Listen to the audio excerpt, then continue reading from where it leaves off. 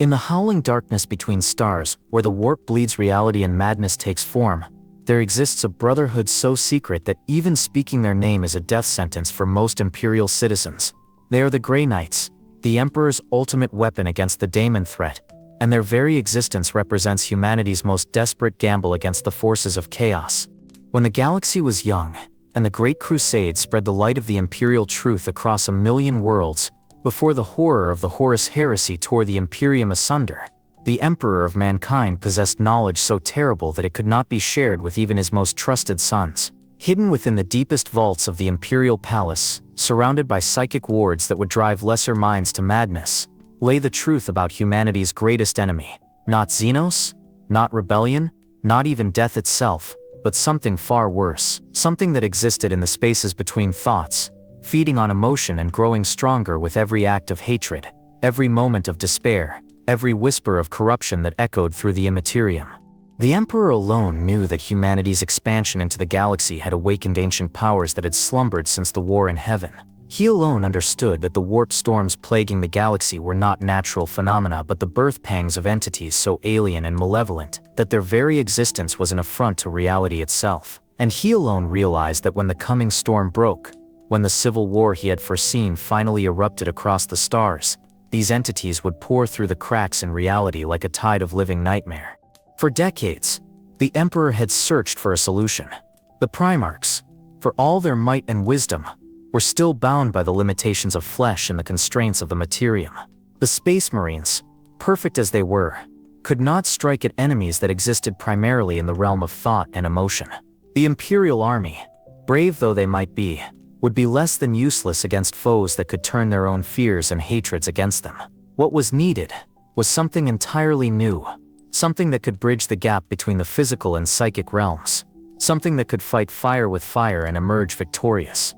The answer came not from the forges of Mars or the gene labs of Luna, but from the Emperor's own understanding of the warp and the creatures that dwelt within it. If daemons were beings of pure psychic energy given form through belief and emotion, then the weapons to fight them must be forged from the same ethereal substance. If they drew their power from the dark emotions of sentient beings, then their enemies must be armored in absolute faith and unshakable purpose. If they sought to corrupt and twist all they touched, then those who stood against them must be beyond the reach of corruption itself. It was a concept so radical, so dangerous, that the Emperor dared not implement it until the very moment when all other options had been exhausted. The creation of warriors who could fight daemons on their own terms would require techniques that bordered on the heretical, genecraft that pushed the boundaries of what was possible, and most dangerous of all, the deliberate cultivation of psychic abilities that could easily damn their wielders to the very fate they were meant to prevent. But as the flames of the Horus Heresy spread across the galaxy, and the first daemon princes began to manifest in real space, the Emperor knew that the time for half measures had passed. In the deepest chambers of the Imperial Palace, working in absolute secrecy with only Malkador the Sigillite as his confidant, the Master of Mankind began the most ambitious and perilous project of his long existence. He would create a brotherhood of warriors so pure that no daemon could touch them, so skilled that they could banish the mightiest daemon prince back to the warp, and so dedicated that they would sacrifice everything, including their own humanity, to protect the species they served. The process began with the selection of 8 individuals whose names have been stricken from all Imperial records, whose very existence has been erased from history, save for the deepest archives of the Grey Knights themselves. These 8, drawn from the ranks of the Space Marines, the Imperial Army, and even the treacherous traitor legions, possessed not just the physical prowess and mental fortitude required for the transformation ahead, but something far rarer and more precious. They possessed souls that burned with such pure purpose that even the Prince of Pleasure himself could not corrupt them. Minds so focused that the Lord of Change could not deceive them. Hearts so steady that the Blood God could not enrage them. And spirits so resilient that the Plague Lord could not break them. Under the Emperor's direct supervision, these 8 underwent transformations that would have killed any lesser being. Their bodies were rebuilt with gene seed crafted not just from the genetic legacy of the Primarchs, but from the Emperor's own divine essence. Their minds were hardened with psychic conditioning that made them immune to the whispers of daemons and the lure of chaos. Their souls were armored with wards and protections that had been millennia in the making, drawing upon lore that predated the birth of the Imperium itself. But even as the Emperor worked to create his ultimate weapon against the daemon threat, he knew that he was crossing a line that could never be uncrossed. The knowledge required to fight daemons was itself corrupting. The techniques needed to banish them were themselves heretical, and the very act of acknowledging their existence was to give them power. The warriors he was creating would be forever changed by their purpose, forever isolated from the humanity they were meant to protect, forever walking the razor's edge between salvation and damnation. As the final preparations were made, and the 8 founders of what would become the Grey Knights began their first missions against the daemon hordes pouring through the cracks in reality, the Emperor looked upon his creation with a mixture of pride and terrible sorrow. He had succeeded in creating the ultimate weapon against chaos, but in doing so, he had also created warriors who would be forever cursed to stand apart from the very civilization they had sworn to defend. They would be humanity's guardians against the dark, but they would also be its most dangerous secret, a reminder that sometimes the price of survival was the sacrifice of everything that made survival worthwhile. The Grey Knights had been born, and with them, the galaxy's last hope against the coming storm of daemons that would seek to devour reality itself. But as the Emperor watched his 8 chosen warriors disappear into the shadows to begin their eternal war, he could not shake the feeling that he had unleashed something that might one day prove as dangerous as the enemies it was meant to fight. In creating the perfect weapon against chaos, had he also created the perfect weapon against humanity itself? Only time would tell, and in the grim darkness of the far future, time was the one thing that was always in short supply. The Great Crusade had swept across the galaxy like a tide of enlightenment, bringing the light of the imperial truth to countless worlds that had languished in ignorance and superstition during the long night of Old Night. For 2 centuries, the Emperor's legions had conquered in the name of reason and science, dismissing the old gods and ancient fears as primitive nonsense that had no place in the rational universe they were building. The imperial truth was absolute in its certainty. There were no gods, no supernatural forces, no powers beyond the understanding of enlightened humanity. What could not be measured, quantified, and explained was simply the product of ignorance and fear. Yet even as the Great Crusade proclaimed the triumph of reason over superstition, troubling reports began to filter back to Terra from the furthest reaches of the expanding Imperium. Expeditionary fleets would encounter worlds where the population spoke in terrified whispers of entities that defied all rational explanation. Planets would be found completely devoid of life, their cities intact, but their inhabitants vanished without trace, leaving behind only strange symbols carved into walls and floors that seemed to writhe and shift when viewed directly. Some worlds bore scars that could not be explained by any known weapon or natural disaster, as if reality itself had been wounded by some incomprehensible force. The legions recorded these incidents with clinical detachment, categorizing them as evidence of previously unknown Xenos activity or the lingering effects of some ancient technology. When survivors spoke of creatures that appeared from nowhere, beings of living shadow and flame that fed on fear and hatred, the reports were filed away as the ravings of traumatized minds. When entire populations described visions of realm beyond reality, where the laws of physics held no sway, their testimony was dismissed as mass hallucination brought on by exposure to unknown psychoactive substances or radiation. Statistical analysis of these incidents revealed a pattern that would have been deeply disturbing to anyone who possessed the knowledge to interpret it correctly.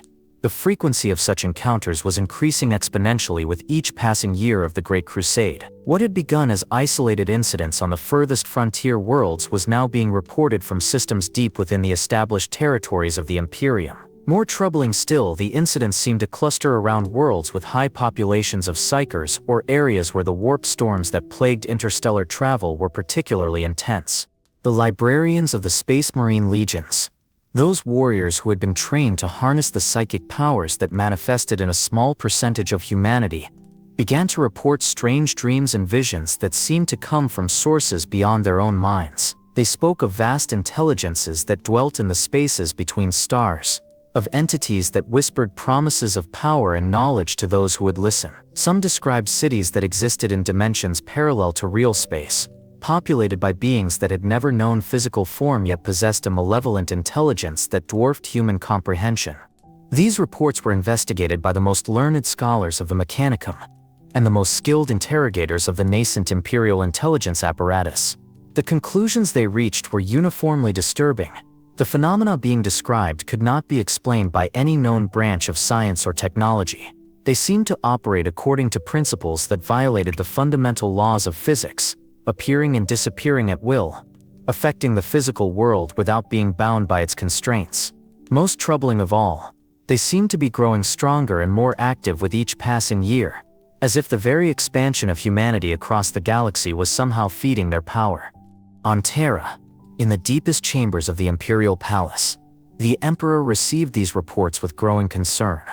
Unlike his sons and their advisors, he possessed the knowledge necessary to understand what was really happening. The entities being described were not unknown Xenos, or the products of ancient technology.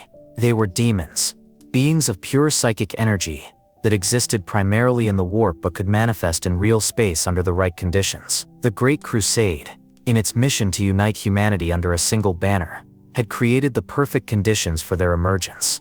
Every act of violence committed in the name of the imperial truth fed the daemon known as Khorne. Every moment of despair felt by populations crushed beneath the weight of compliance fed the entity called Nurgle.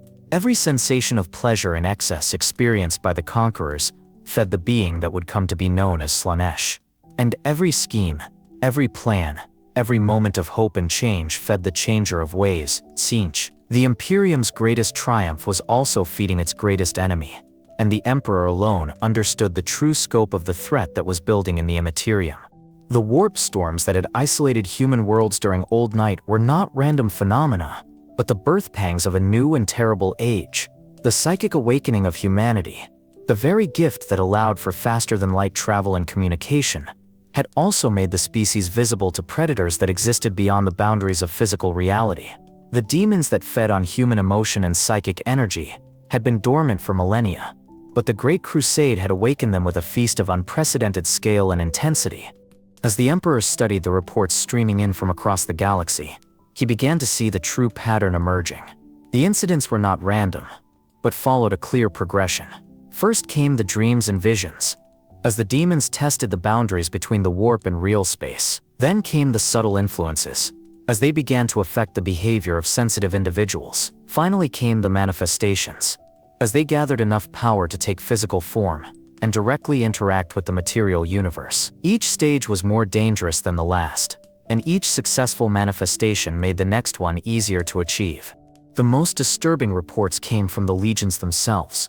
Several Primarchs had reported strange encounters during their campaigns, battles against enemies that seemed to know their every move before they made it, foes that could not be killed by conventional means, and seemed to feed on the very act of combat itself. Some legions had begun to develop rituals and practices that they claimed were necessary for dealing with these new threats, but which bore uncomfortable similarities to the superstitions that the imperial truth had been created to eliminate. The Emperor realized that he was facing a threat that could not be defeated by conventional means. The demons existed primarily in the realm of thought and emotion, drawing their power from the very psychic energy that made humans superior to other species. They could not be reasoned with, negotiated with, or deterred by shows of force. They were, in every sense of the word, the antithesis of everything the Imperium stood for. Where the imperial truth promoted reason and order, the daemons represented chaos and madness. Where humanity sought to unite under a single banner, the daemons sought to divide and corrupt. Where the Great Crusade brought enlightenment and progress, the daemons brought only destruction and despair.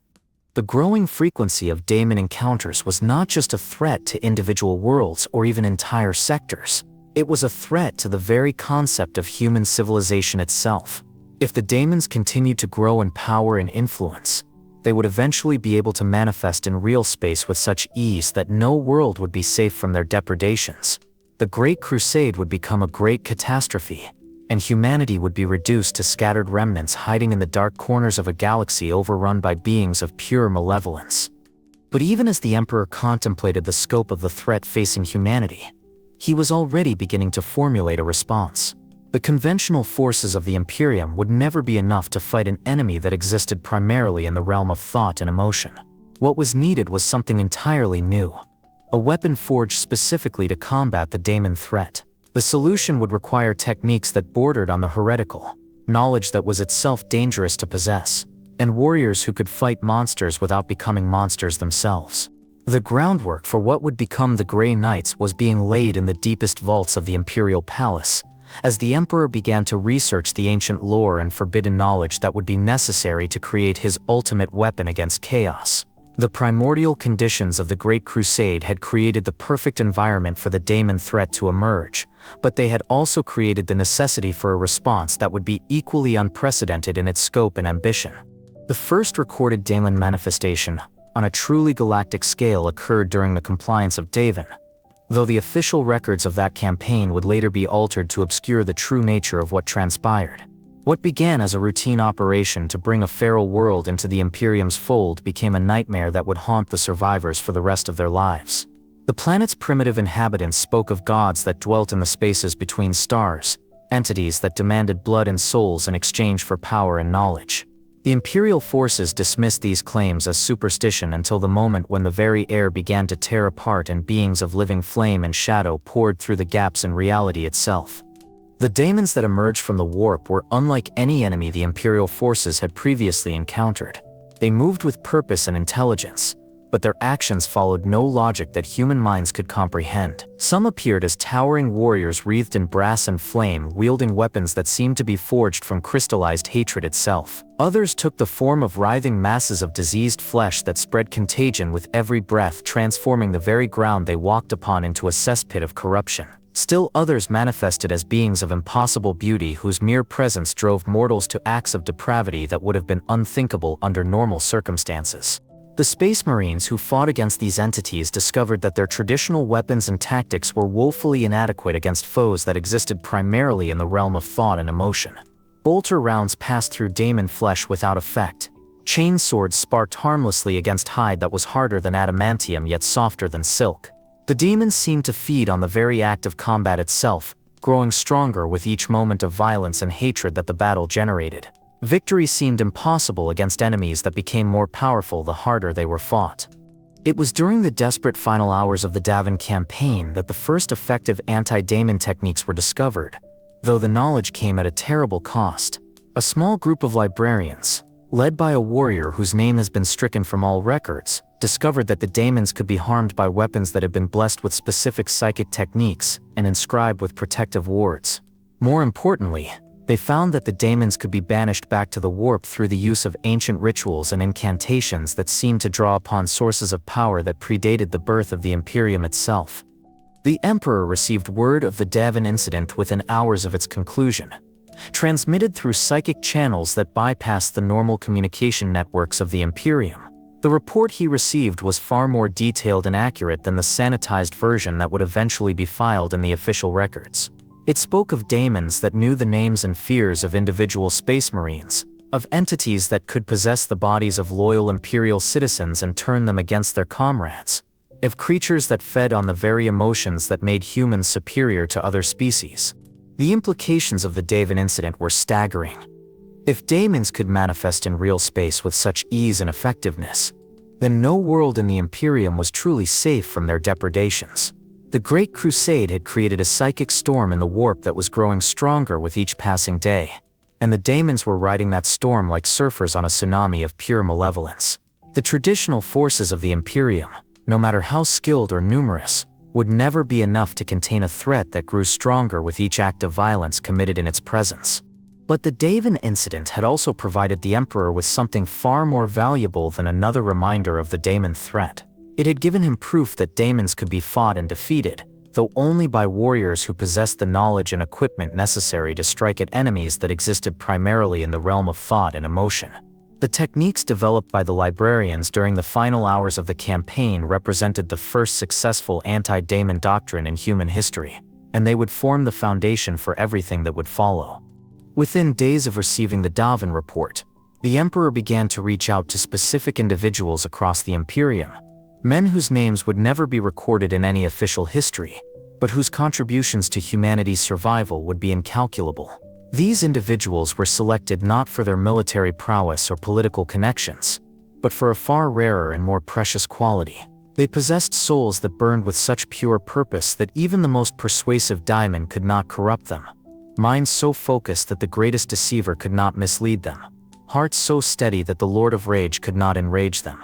The first of these individuals was a Space Marine captain, whose legion had been among the first to encounter daemon manifestations during the Great Crusade. He had seen his battle brothers possessed by entities that wore their faces while speaking in voices that belonged to no human throat. He had watched daemons feed on the fear and hatred of his men, growing stronger with each moment of combat until they seemed invincible. But he had also seen those same daemons banished back to the warp through the use of techniques that drew upon sources of power that most Imperial citizens would have condemned as witchcraft. The second was a member of the Imperial Army, whose regiment had been assigned to garrison duty on a world that had been cleansed of daemon infestation. He had spent months studying the aftermath of the incursion, cataloging the ways in which the daemons had influenced the local population, and analyzing the techniques that had been used to drive them back into the warp. His reports were models of clinical detachment, but they revealed a deep understanding of the daemon threat that went far beyond what most Imperial citizens could comprehend.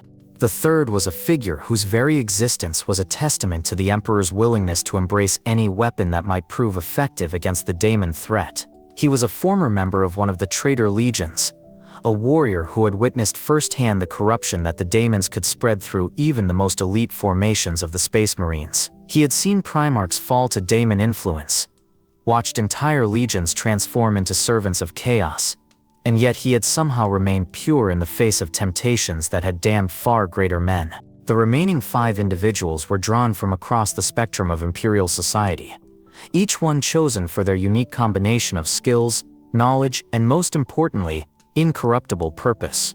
They included a tech priest who had studied the ways in which daemons could corrupt machine spirits, a navigator whose exposure to the warp had given him insights into the nature of daemon manifestation, and a former member of the Imperial household who had served as the Emperor's personal agent in matters too sensitive for conventional channels. These 8 individuals were brought together in the deepest chambers of the Imperial Palace, in rooms that had been warded against psychic intrusion with techniques that drew upon the combined knowledge of 10,000 years of human civilization. They were told that they had been chosen for a mission that would determine the fate of humanity itself, a task that would require them to sacrifice everything they had ever been in order to become something entirely new. The Emperor himself conducted their initial briefing, revealing to them the true nature of the daemon threat and the scope of the challenge that faced humanity. He explained that the Great Crusade had created a psychic storm in the warp that was growing stronger with each passing day, and that the daemons were using that storm to manifest in real space with increasing frequency and power. He told them that the traditional forces of the Imperium would never be enough to contain this threat, and that what was needed was a new kind of warrior, one who could fight daemons on their own terms and emerge victorious. The 8 listened in silence as the Emperor described the transformation that would be required of them. They would be rebuilt from the ground up, their bodies enhanced with gene seed that had been crafted specifically to resist daemon corruption, their minds hardened with psychic conditioning that would make them immune to the whispers of chaos. They would be trained in techniques that most Imperial citizens would consider heretical, armed with weapons that drew their power from the same sources that daemons used to manifest in real space. Most importantly, they would be tasked with a mission that would require them to stand forever apart from the humanity they were meant to protect. They would be the guardians of secrets too dangerous for ordinary minds to comprehend, the wielders of knowledge that could damn entire worlds if it fell into the wrong hands. They would be humanity's ultimate weapon against the daemon threat, but they would also be its most dangerous secret, a reminder that sometimes the price of survival was the sacrifice of everything that made survival worthwhile. As the Emperor concluded his briefing and asked each of the 8 to make their choice, the weight of the decision before them was almost overwhelming. They were being asked to give up their identities, their allegiances, their very humanity, in order to become something that had never existed before. They were being asked to become the founding fathers of a brotherhood that would fight an eternal war against enemies that most Imperial citizens could not even imagine. But as each of the 8 gave their consent to the transformation ahead, they did so with the knowledge that they were participating in something that would echo through the ages.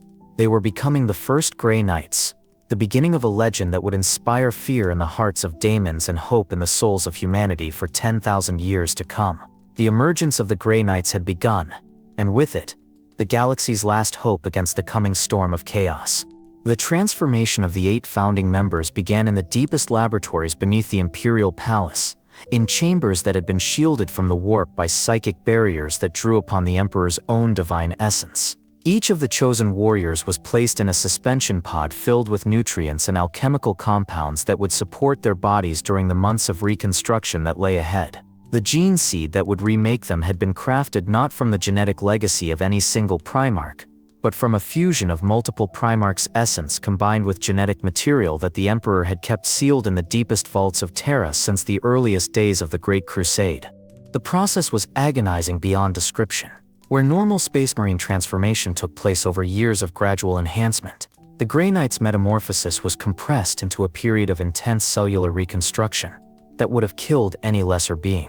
Their bones were replaced with substances that existed partially in the warp, making them immune to physical damage, while allowing them to strike at enemies that had no true material form. Their nervous systems were rewired to process psychic energy as naturally as they processed sight and sound, giving them the ability to perceive daemons in their true forms rather than the deceptive masks they wore when manifesting in real space. Most radical of all was the transformation of their souls.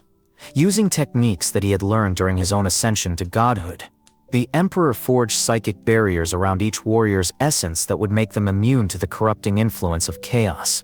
These barriers were not passive defenses but active weapons that would burn any daemon that attempted to possess or corrupt them. The process required the Emperor to imprint part of his own divine nature onto each warrior's soul, creating a permanent connection between the Grey Knights and their creator that would endure for as long as the Imperium itself survived. The first to emerge from the transformation was the former Space Marine captain, though he bore little resemblance to the warrior who had entered the suspension pod months earlier. His body had been rebuilt to perfection, every muscle and sinew enhanced to levels that surpassed even the greatest heroes of the legions. His eyes burned with an inner light that seemed to pierce through the veils of reality itself, and when he spoke, his voice carried harmonics that resonated in dimensions beyond the physical. Most remarkably, he radiated an aura of absolute purity that made him painful for psychers to look upon directly. The test that followed his awakening revealed capabilities that exceeded even the Emperor's expectations.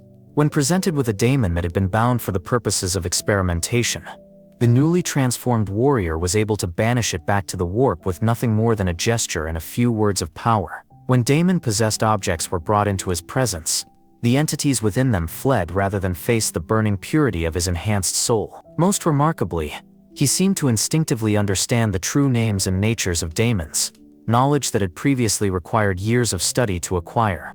The second warrior to complete the transformation was the former Imperial Army officer, and his awakening revealed different but equally impressive capabilities. Where the first had demonstrated raw power over demonic entities, the second showed an almost supernatural ability to detect daemon influence before it could fully manifest.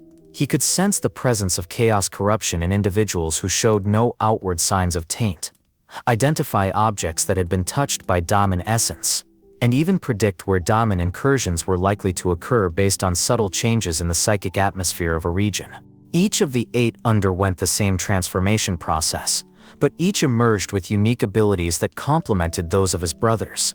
The former Traitor Legion member possessed an intimate knowledge of daemon tactics and corruption techniques that made him invaluable for developing countermeasures. The Tech Priest could sense daemon influence in machine spirits and purify corrupted technology with a touch.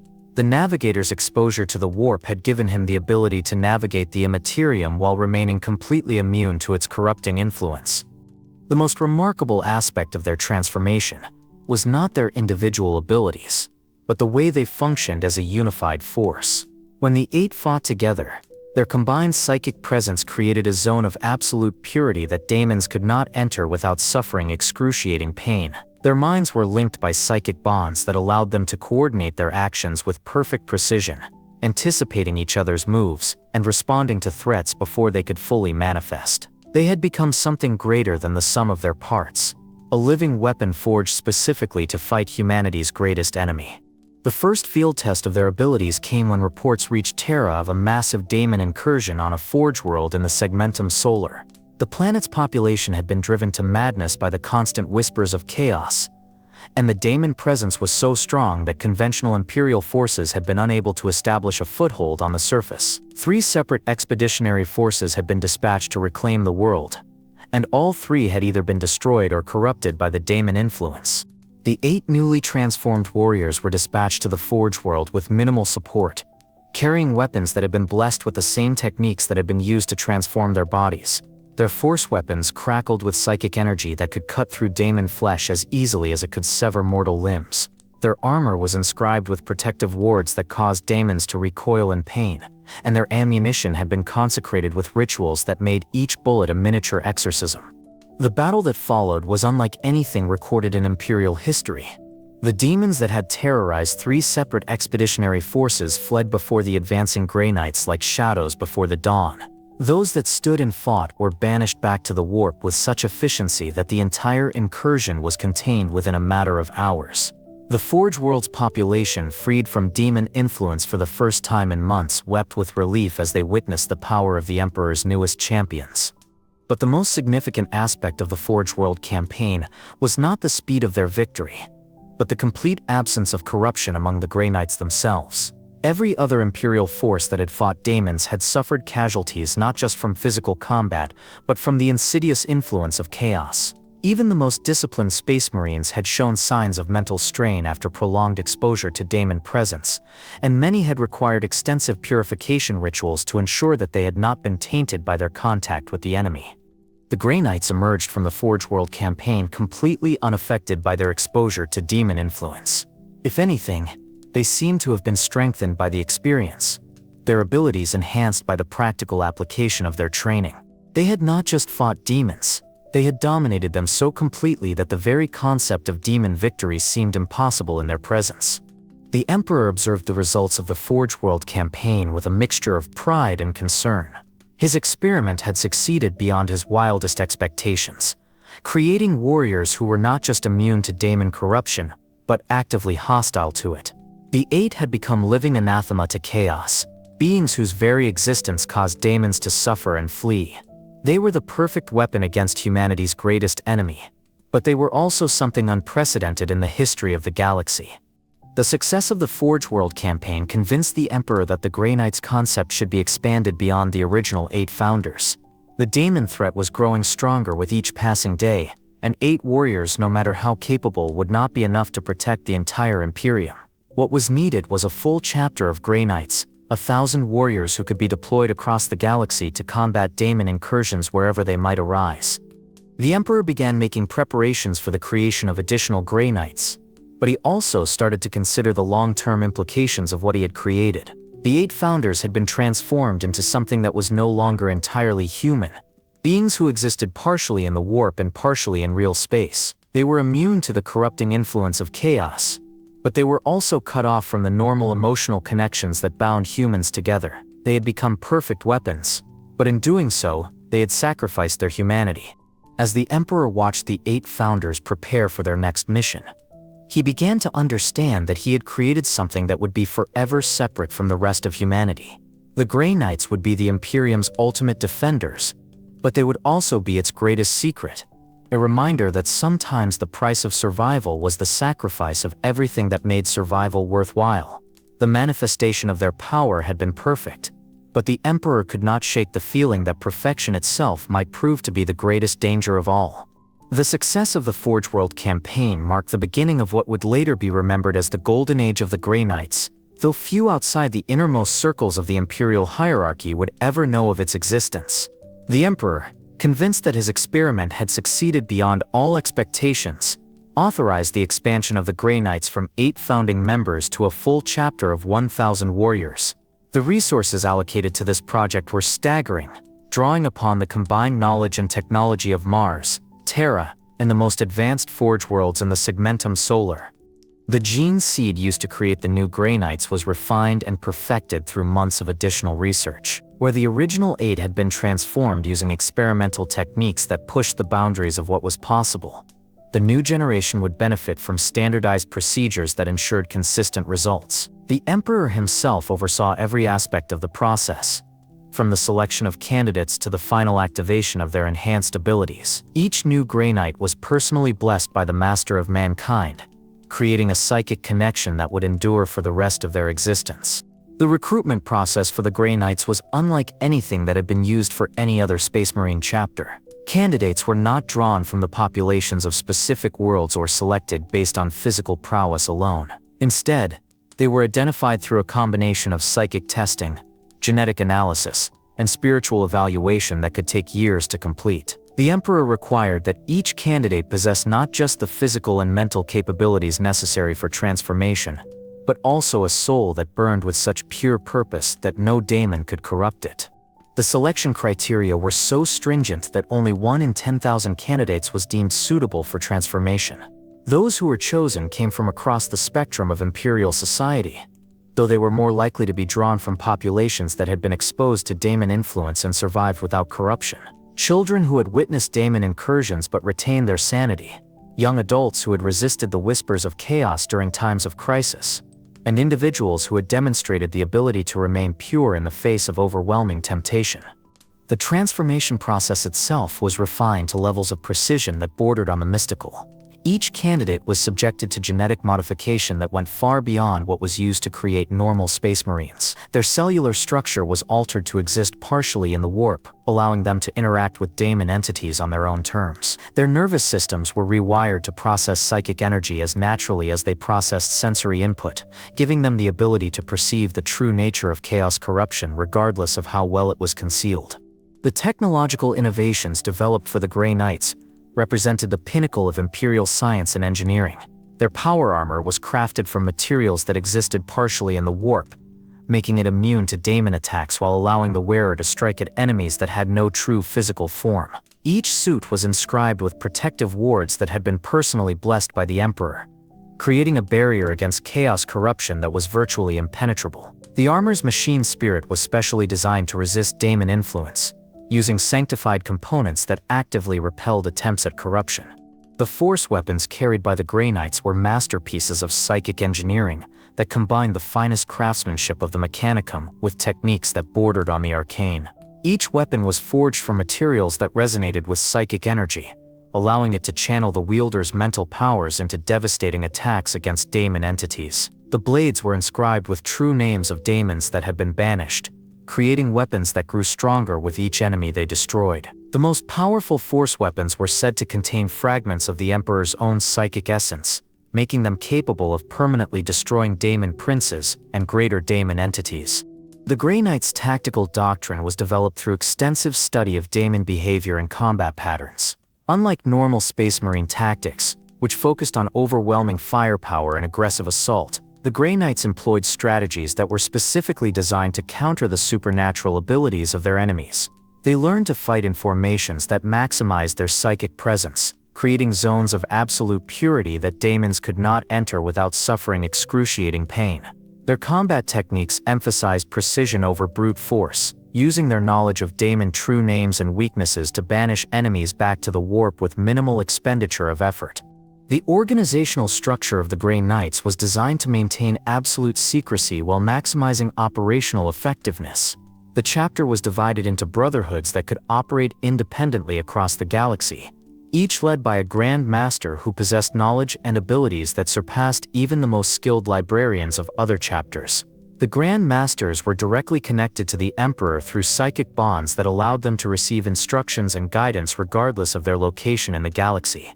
The Grey Knights' fortress monastery was constructed in the warp itself, anchored to reality through psychic techniques that defied conventional understanding.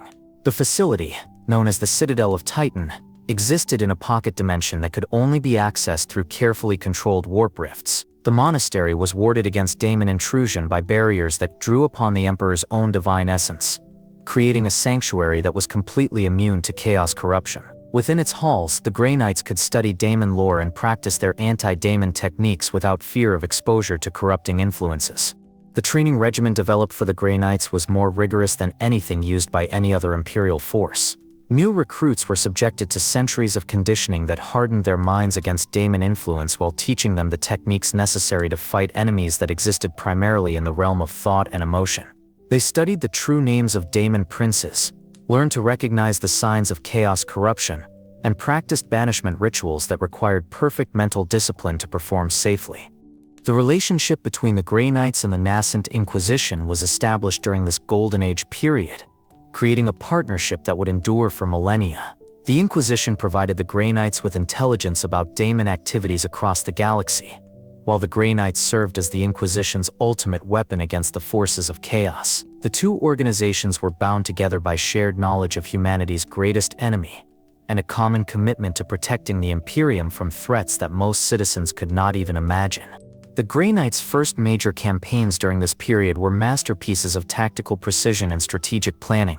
They struck at daemon incursions with surgical precision, arriving at the moment when their intervention would be most effective and departing before their presence could be detected by enemy forces. Their victories were so complete that many worlds never knew they had been saved, believing that daemon incursions had simply failed to manifest rather than being actively prevented by Imperial intervention. The psychological impact of the Grey Knights on daemon entities was profound and lasting. Daemons that had terrorized entire sectors fled at the mere rumor of their approach, abandoning carefully planned incursions rather than face warriors who could banish them back to the warp with a gesture.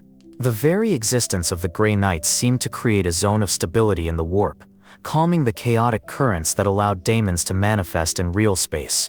But even as the Grey Knights achieved unprecedented success against the daemon threat, subtle signs of future problems were beginning to emerge. Their absolute immunity to chaos corruption, while tactically invaluable, was also creating a psychological distance between them and the rest of humanity.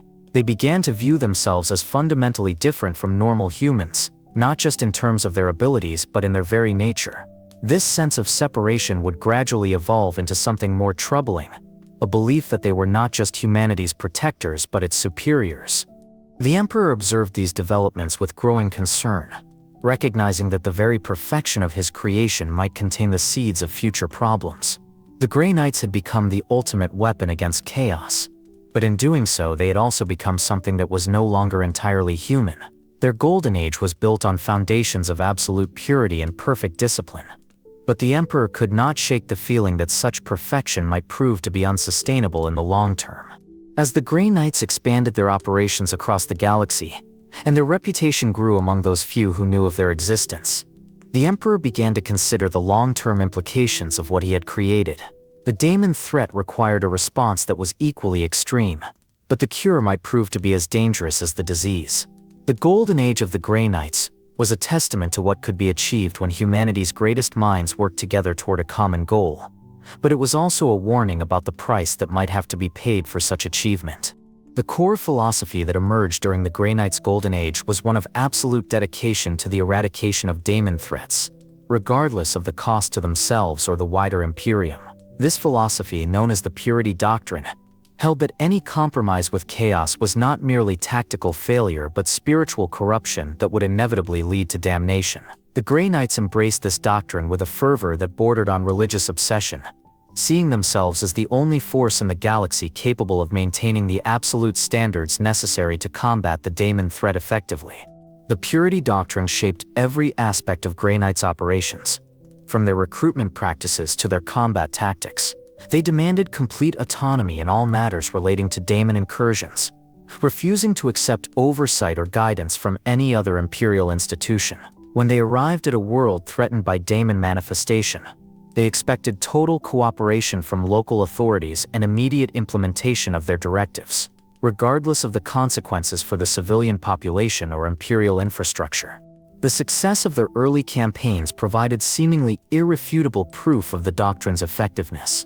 World after world was cleansed of daemon influence with a precision and thoroughness that no other Imperial force could match. The Grey Knights' ability to identify and eliminate chaos corruption before it could spread made them invaluable to the Imperium's continued survival, and their reputation for incorruptibility gave them enormous influence within the highest levels of Imperial government. The expansion of Grey Knights' operations across the galaxy followed a carefully planned pattern that maximized their effectiveness while maintaining the secrecy that was essential to their continued existence. Rather than establishing permanent bases on multiple worlds, they created a network of hidden safe houses and supply caches that could support their operations without revealing their presence to the general population. These facilities were staffed by carefully selected servants who had been subjected to memory modification procedures that ensured they could never betray Grey Knight's secrets, even under the most extreme forms of interrogation. The recruitment of new Grey Knights became a galaxy-wide operation that drew upon resources from across the Imperium. Inquisitors and other trusted agents were given authority to identify potential candidates and arrange for their discreet transportation to the Citadel of Titan. The selection process became increasingly rigorous as the chapter's standards evolved, with candidates subjected to tests that eliminated all but the most exceptional individuals. The rejection rate grew so high that entire sectors might produce only a single suitable recruit in a century. The relationship between the Grey Knights and other Imperial institutions during this period was characterized by a complex mixture of cooperation and tension. The nascent Inquisition provided crucial intelligence support and helped maintain the secrecy necessary for Grey Knight's operations. But even the most radical Inquisitors sometimes found themselves uncomfortable with the extreme measures that the Grey Knights considered routine. The Adeptus Mechanicus collaborated willingly in the development of new technologies and weapons, but tech priests who worked with the Grey Knights often reported feeling spiritually contaminated by their exposure to anti-daemon techniques. The Space Marine legions presented the most complex challenge for Grey Knight's expansion. While the Primarchs and their senior officers were aware of the Grey Knight's existence and general purpose, the exact nature of their capabilities and methods remained classified even at the highest levels. This created situations where Grey Knight's forces would arrive to deal with daemon incursions that had overwhelmed regular Space Marine units, leading to awkward explanations and carefully worded after-action reports that concealed as much as they revealed. The growing influence of the Grey Knights within the Imperial hierarchy was facilitated by their unique position as the only organization capable of dealing with daemon threats. High Lords of Terra, who had witnessed the devastation that daemon incursions could cause, became increasingly willing to grant the Grey Knights whatever resources and authority they requested. The chapter's reputation for absolute loyalty and incorruptibility made them trusted advisors on matters of internal security, and their input was sought on policies ranging from psycho-regulation to planetary compliance procedures. The development of Grey Knight's doctrine during this period reflected their growing confidence in their abilities, and their increasing isolation from normal human concerns. They began to view daemon fighting not just as a military necessity, but as a sacred calling that elevated them above ordinary mortals. This sense of spiritual superiority was reinforced by their interactions with daemon entities, which consistently demonstrated that the Grey Knights were fundamentally different from other humans in ways that went beyond mere training or equipment. The tactical innovations developed by the Grey Knights during their expansion phase revolutionized Imperial understanding of daemon warfare. They pioneered techniques for predicting daemon manifestations based on warp current analysis, developed protocols for containing daemon incursions before they could spread, and created methods for purifying areas that had been corrupted by chaos influence. These innovations were shared with selected Inquisitors and other trusted allies, but the most sensitive techniques remained exclusive to the Grey Knights themselves. The psychological impact of Grey Knights' operations on the populations they protected was profound and often troubling. Civilians who witnessed Grey Knights in action reported feeling simultaneously inspired and terrified by their presence. The absolute purity that made them immune to demon corruption also made them alien to normal human experience, creating a sense of unease that persisted long after they had departed. Many survivors of demon incursions that had been resolved by Grey Knight's intervention developed a form of religious obsession, believing that they had been touched by divine power. The expansion of Grey Knight's influence also led to the development of new forms of Imperial bureaucracy, designed to manage their unique requirements. Special departments were created within the Administratum to handle Grey Knight's resource requests without creating paper trails that could compromise their secrecy. The Officio Assassinorum established protocols for eliminating individuals who had learned too much about Grey Knight's operations, while the Adeptus Arbites developed procedures for containing information leaks that might threaten chapter security. The growing complexity of Grey Knight's operations required the development of new command structures and communication systems. The Grand Masters who led the various brotherhoods were granted unprecedented autonomy in their decision-making, but they were also expected to maintain constant psychic contact with the Emperor and their fellow commanders. This created a unique form of collective leadership that allowed the chapter to coordinate operations across vast distances while maintaining the flexibility necessary for rapid response to emerging threats. The success of Grey Knight's expansion during this period created a sense of invincibility that would have profound implications for their future development. The chapter's leadership began to believe that their methods were not just effective but morally superior to those employed by other imperial institutions. This belief was reinforced by their consistent victories against daemon threats and their complete immunity to chaos corruption, creating a culture of absolute confidence that would prove difficult to maintain when they encountered challenges that could not be solved through application of pure force. The first signs of potential problems emerged as the Grey Knights' influence spread beyond their original mandate of daemon fighting. Their reputation for incorruptibility led to requests for assistance with other forms of internal security, from investigating suspected cultists to purging corrupt officials. The Grey Knights accepted these missions with the same absolute dedication they brought to daemon fighting, but their methods often proved to be excessive for dealing with purely human threats. The expansion of Grey Knight's operations also created new opportunities for exposure and discovery. As their activities became more widespread, the risk of their existence becoming known to hostile forces increased correspondingly. Chaos cults and daemon entities began to develop countermeasures specifically designed to neutralize Grey Knight's advantages, while some Imperial citizens started to ask uncomfortable questions about the mysterious warriors who appeared during times of crisis and vanished without explanation. The growing influence of the Grey Knights during this period represented both the pinnacle of their effectiveness and the beginning of their eventual isolation from the rest of humanity. Their success in combating daemon threats was undeniable, but their methods and philosophy were creating tensions that would eventually threaten their relationship with the very civilization they had sworn to protect. The spreading influence of the Grey Knights was a double-edged sword that brought both unprecedented security and unforeseen complications to the Imperium they served. The first subtle anomalies in the Grey Knights' claims of absolute purity began to manifest during the campaign to cleanse the Tertius Majoris system of daemon influence. The incursion had been particularly severe, with multiple daemon princes establishing permanent manifestations across 3 separate worlds.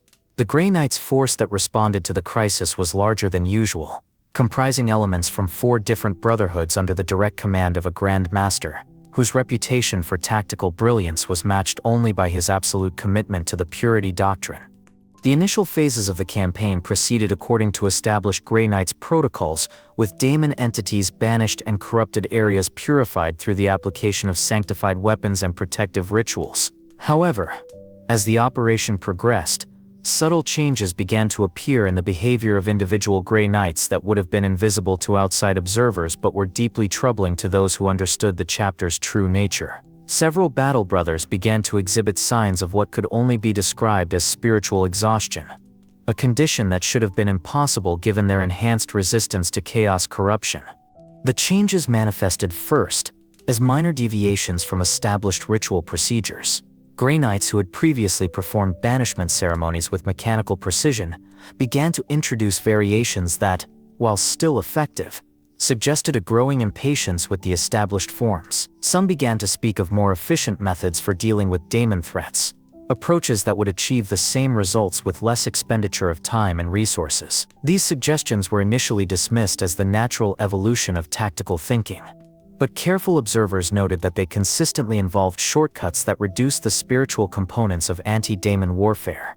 More troubling were the increasingly frequent reports of Grey Knights exhibiting what could only be described as contempt for the human populations they were supposed to protect. During purification operations, some battle brothers began to treat civilian casualties not as tragic necessities, but as acceptable losses that were insignificant compared to the greater goal of daemon eradication. This attitude was not openly expressed, but it became apparent through their actions and the casual manner in which they discussed operations that had resulted in massive civilian casualties. The Grand Master overseeing the Tertius Majoris campaign initially attributed these behavioral changes to the stress of prolonged exposure to daemon influence. But as the operation continued, the signs became too pronounced to ignore. Several Grey Knights began to question the necessity of maintaining secrecy about their existence, arguing that their effectiveness would be enhanced if they could operate openly rather than from the shadows. This represented a fundamental challenge to one of the chapter's core principles, yet the arguments were presented with such logical clarity that they were difficult to refute. The most disturbing development was the emergence of philosophical debates within the Grey Knights' ranks about the nature of their relationship with the rest of humanity. Some battle brothers began to argue that their immunity to chaos corruption made them fundamentally superior to ordinary humans, not just in terms of their abilities, but in their very nature. These discussions, while conducted in private, revealed a growing sense of alienation from the populations they were meant to protect, and a belief that their special status exempted them from normal moral constraints. The frequency of these anomalies increased as Grey Knight's operations expanded across the galaxy. Reports began to filter back to the Citadel of Titan describing incidents where Grey Knights had exceeded their authority or employed methods that were effective but morally questionable. A strike force operating in the Segmentum Tempestus had purged an entire planetary government after discovering that a single official had been exposed to daemon influence, reasoning that the risk of corruption spreading was too great to allow any survivors. Another force had destroyed a shrine world's most sacred cathedral because its architecture incorporated symbols that bore a superficial resemblance to daemon sigils. The explanations offered for these incidents initially focused on the exceptional circumstances that had made extreme measures necessary. The Grey Knights' leadership maintained that their methods, while harsh, were justified by the absolute necessity of preventing daemon influence from spreading. They argued that ordinary humans simply could not understand the true scope of the chaos threat, and therefore were not qualified to judge the appropriateness of Grey Knights' actions. This reasoning was accepted by most Imperial authorities, who were grateful for the chapter's protection and unwilling to question their methods. However, a small number of individuals within the Imperial hierarchy began to express concerns about the Grey Knights' increasing isolation from normal human values. Some inquisitors who had worked closely with the chapter reported feeling uncomfortable with their growing arrogance and their tendency to view all problems through the lens of daemon corruption. These concerns were initially dismissed as misunderstandings or jealousy, but they persisted and began to spread among those who had regular contact with Grey Knights' forces. The psychological impact of constant exposure to daemon entities, combined with their absolute immunity to chaos corruption, began to create a form of spiritual pride that was perhaps more dangerous than the corruption they were designed to resist. The Grey Knights' certainty about their own purity became a source of arrogance that made them increasingly intolerant of any criticism or questioning of their methods. They began to view themselves not just as humanity's protectors, but as its judges, qualified to make decisions about life and death based on their superior understanding of the chaos threat. The development of what could only be described as a superiority complex was facilitated by the Grey Knights' unique position within the Imperial hierarchy. Their reputation for absolute loyalty and incorruptibility made them trusted advisors to the highest levels of government, while their specialized knowledge of daemon threats made their opinions on security matters virtually unquestionable. This combination of trust and expertise created a situation where the Grey Knights could justify almost any action by claiming it was necessary to prevent daemon influence from spreading. The first major incident that brought these problems to wider attention occurred during the purification of the Cadian Gate following a significant daemon incursion.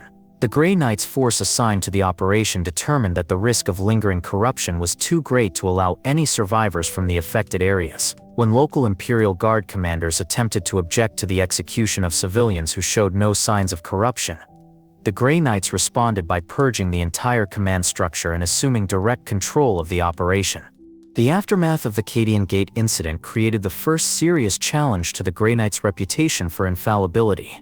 While their actions had successfully eliminated any possibility of daemon corruption spreading, the methods they had employed were so extreme that even hardened Imperial officials were disturbed by their callousness. Reports of the incident reached the highest levels of Imperial government, where they were met with a mixture of horror and confusion about how to respond to apparent misconduct by forces that were supposed to be beyond reproach. The Grey Knights' response to criticism of their actions revealed the extent to which their isolation had affected their judgment. Rather than acknowledging that their methods might have been excessive, they doubled down on their position that their actions had been not just justified but necessary. They argued that their critics simply did not understand the true nature of the daemon threat and were therefore unqualified to judge the appropriateness of their response. This attitude further alienated them from other Imperial institutions and created an atmosphere of mutual suspicion that would have lasting consequences. The growing frequency of incidents involving Grey Knights exceeded their authority, created a pattern that was becoming increasingly difficult to ignore. What had initially been dismissed as isolated cases of overzealous enforcement began to look like systematic behavior that reflected fundamental changes in the chapter's culture and values. The absolute purity that was supposed to be their greatest strength was beginning to manifest as a form of spiritual arrogance that made them dangerous to the very people they were meant to protect. The emergence of these problems represented a fundamental challenge to the Grey Knight's founding principles. The chapter had been created to fight daemon threats while remaining absolutely pure and incorruptible, but their very success in achieving this goal had created new forms of corruption that were perhaps more dangerous than the daemon influence they were designed to resist. The signs of this corruption were subtle at first, but they would eventually grow into problems that threatened not just the chapter's effectiveness but its very survival as an institution dedicated to protecting humanity rather than controlling it. The true nature of the threat facing the Grey Knights became apparent during the First War for Armageddon, when the daemon prince Angron manifested in real space with such power that his very presence warped the fabric of reality across an entire star system. The incursion was unlike anything the Imperium had previously encountered, with the fallen Primarch's rage so intense that it created permanent tears in the barrier between the warp and physical universe. The daemon entities that poured through these rifts were not the disorganized manifestations that the Grey Knights had grown accustomed to fighting, but disciplined legions led by creatures that possessed intelligence and cunning that matched their supernatural power. The Grey Knights' force that responded to the Armageddon crisis was the largest the chapter had ever assembled, comprising nearly half of their total strength under the direct command of the Supreme Grandmaster himself. They arrived expecting to encounter a demon incursion that, while serious, could be contained and eliminated through the application of their proven techniques. Instead, they found themselves facing an enemy that had adapted to their methods and developed countermeasures specifically designed to neutralize their advantages. The daemon entities on Armageddon demonstrated a sophistication in their tactics that caught the Grey Knights completely unprepared. Where previous daemon incursions had relied on brute force and the corrupting influence of chaos, these entities employed strategies that seemed to have been designed by someone who understood Grey Knights' capabilities and limitations intimately. They used decoy manifestations to draw Grey Knights' forces into ambushes, employed possession techniques that were specifically designed to bypass Grey Knights' mental defenses, and demonstrated knowledge of Grey Knights' true names and weaknesses that should have been impossible for them to possess. The first major engagement of the war revealed the extent to which the daemon threat had evolved. A brotherhood of Grey Knights attempting to establish a purification perimeter around the primary manifestation site found themselves surrounded by daemon entities that moved with tactical precision and employed weapons that seemed to have been forged specifically to harm beings with Grey Knights' enhancements. The battle that followed was a massacre, with the Grey Knights suffering casualties on a scale that the chapter had never experienced before. Those who survived reported that the daemons had spoken in the voices of fallen Grey Knights, using their knowledge of chapter secrets to demoralize and confuse their opponents. The psychological impact of these losses on the Grey Knights was devastating. The chapter had grown accustomed to absolute victory in their battles against daemon entities, viewing themselves as inherently superior to any chaos force they might encounter. The realization that daemons could not only resist their attacks but actually inflict significant casualties on their forces shattered the confidence that had sustained them through centuries of warfare. For the first time in their history, Grey Knights began to experience doubt about their abilities and their destiny. The situation on Armageddon deteriorated rapidly, as the Grey Knights found themselves unable to adapt to the new style of daemon warfare. Their traditional tactics, which relied on overwhelming psychic power and absolute faith in their own superiority, proved inadequate against enemies that had learned to exploit the very strengths that had made them successful. The daemon entities seemed to feed on the Grey Knights' certainty about their own righteousness, using their absolute faith as a weapon against them. The involvement of the Space Wolves Legion in the Armageddon campaign created additional complications that the Grey Knights were poorly equipped to handle. The Fenrisian warriors fought with a ferocity and unpredictability that made them effective against daemon entities, but their methods were completely incompatible with Grey Knights' doctrine. Where the Grey Knights sought to maintain absolute purity and control, the Space Wolves embraced a form of controlled savagery that achieved results through means that the Grey Knights found disturbing and potentially corrupting. The conflict between the two forces came to a head when Space Wolves' forces witnessed Grey Knights employing purification techniques that involved the systematic execution of Imperial Guard survivors who had been exposed to daemon influence. The Fenrisian warriors, who had fought alongside these same Guard units and viewed them as brothers in arms, refused to stand by while their allies were murdered by the very forces that were supposed to protect them. The confrontation that followed marked the beginning of what would become known as the Months of Shame, a period of internecine warfare that would tear the Imperium apart from within.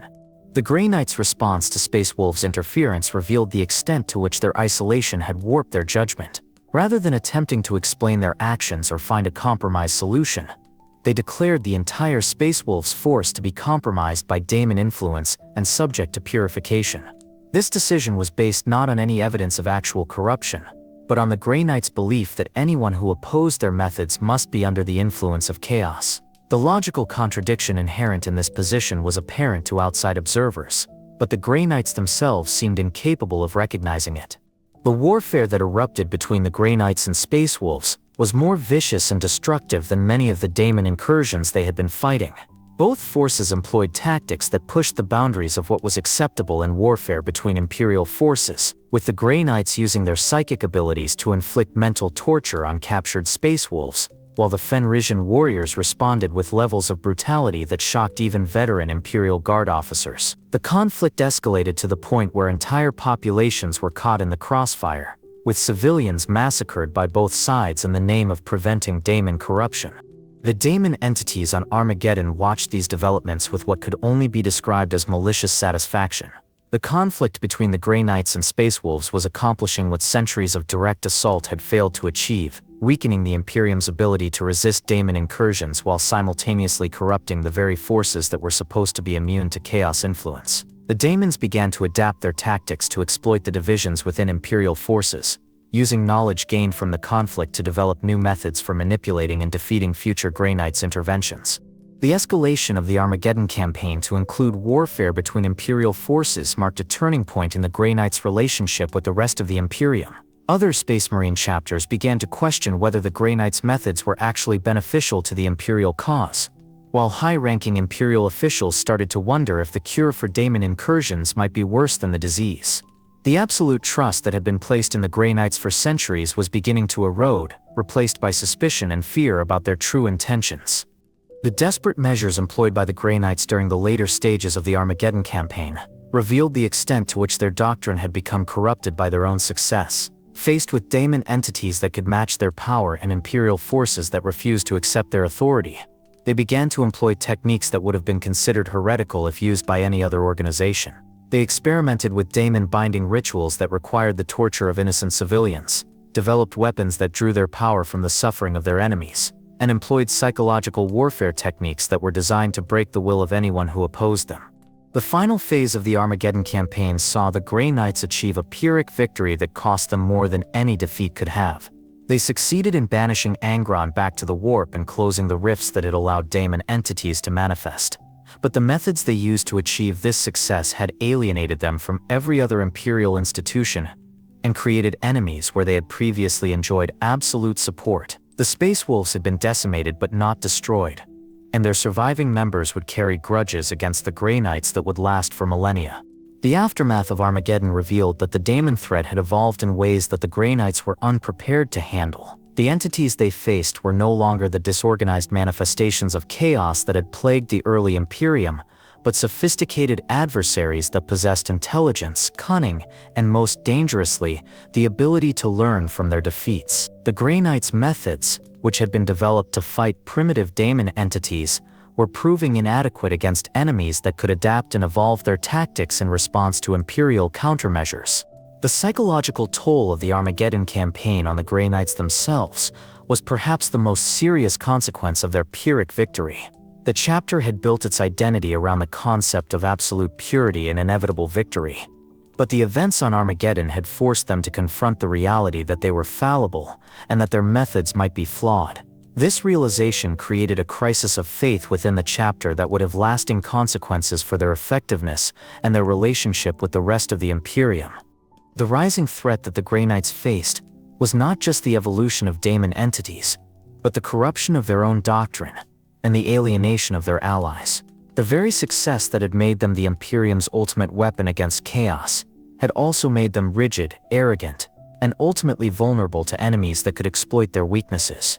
The war for Armageddon had revealed that the Grey Knights' greatest enemy might not be the daemons they fought, but the corruption of their own absolute certainty about their righteousness and their destiny.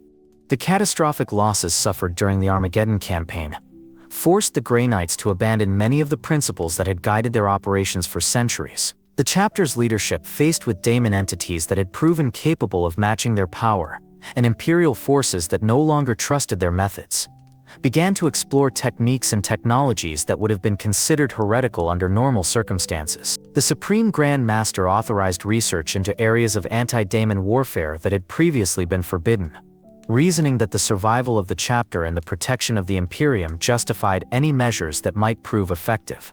The first and most controversial innovation was the development of daemon weapon destruction techniques that required the Grey Knights to temporarily bind daemon entities to their own weapons and armor.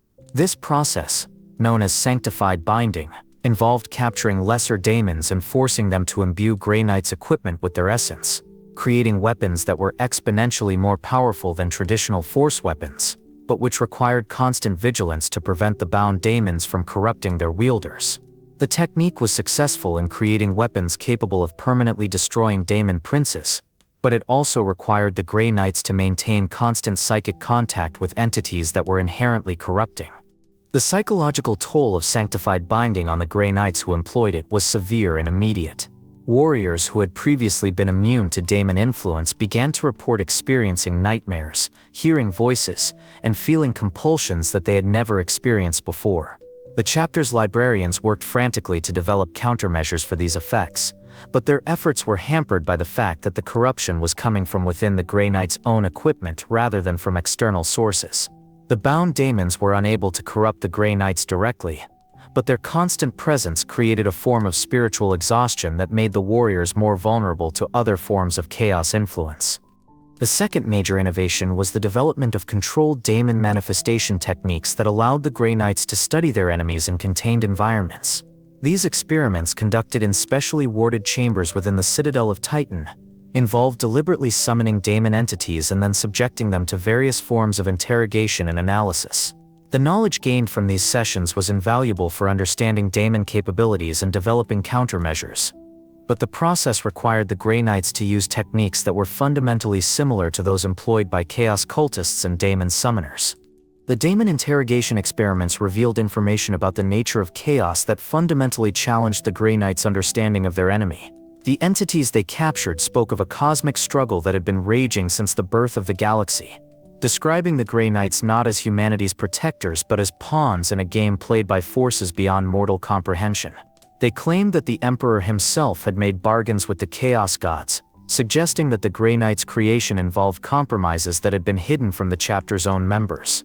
The revelations from the daemon interrogations created a crisis of faith within the Grey Knights that threatened to tear the chapter apart. Some members began to question whether their absolute loyalty to the Emperor was justified, while others doubled down on their commitment to the Imperial cause with a fervor that bordered on fanaticism.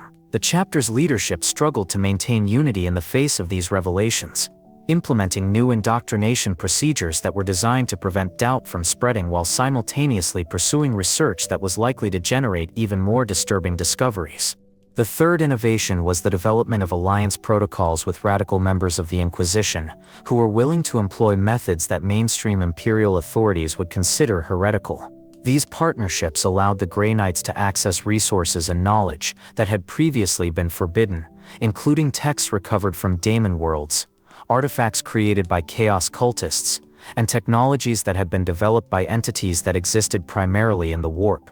The information gained from these sources was invaluable for understanding daemon capabilities, but it also exposed the Grey Knights to influences that their traditional training had not prepared them to handle. The collaboration with radical inquisitors led to the development of new forms of anti-daemon warfare that pushed the boundaries of what was considered acceptable within Imperial doctrine. The Grey Knights began to employ weapons that had been corrupted by chaos influence, but which had been purified through techniques that were themselves questionable. They developed tactics that involved using daemon entities against each other, exploiting the rivalries between different chaos factions to weaken their enemies before delivering the final blow. These methods were effective, but they required the Grey Knights to think and act in ways that were fundamentally similar to their enemies. The most controversial innovation was the implementation of what became known as the Final Sanction Protocols, procedures that authorized the Grey Knights to sacrifice entire populations if doing so would prevent daemon incursions from spreading. These protocols were based on calculations that weighed the lives of millions against the potential for daemon corruption to spread across multiple star systems, creating a utilitarian approach to warfare that treated human life as a resource to be expended rather than a value to be protected. The final sanction protocols were initially intended for use only in the most extreme circumstances, but the definition of what constituted an extreme circumstance gradually expanded as the Grey Knights became more comfortable with the concept of acceptable losses. The implementation of the final sanction protocols during the purification of the Gehenna system provided a stark example of how far the Grey Knights had strayed from their original mission. When daemon entities began to manifest across multiple worlds in the system, the Grey Knights determined that the risk of corruption spreading was too great to allow any survivors. They systematically destroyed the populations of 6 worlds using orbital bombardment to ensure that no trace of daemon influence could survive. The operation was tactically successful, but it also represented a fundamental abandonment of the Grey Knights' original purpose as humanity's protectors. The psychological impact of the final sanction operations on the Grey Knights who carried them out was profound and lasting. Warriors who had joined the chapter to protect humanity found themselves committing acts of genocide in the name of preventing daemon corruption.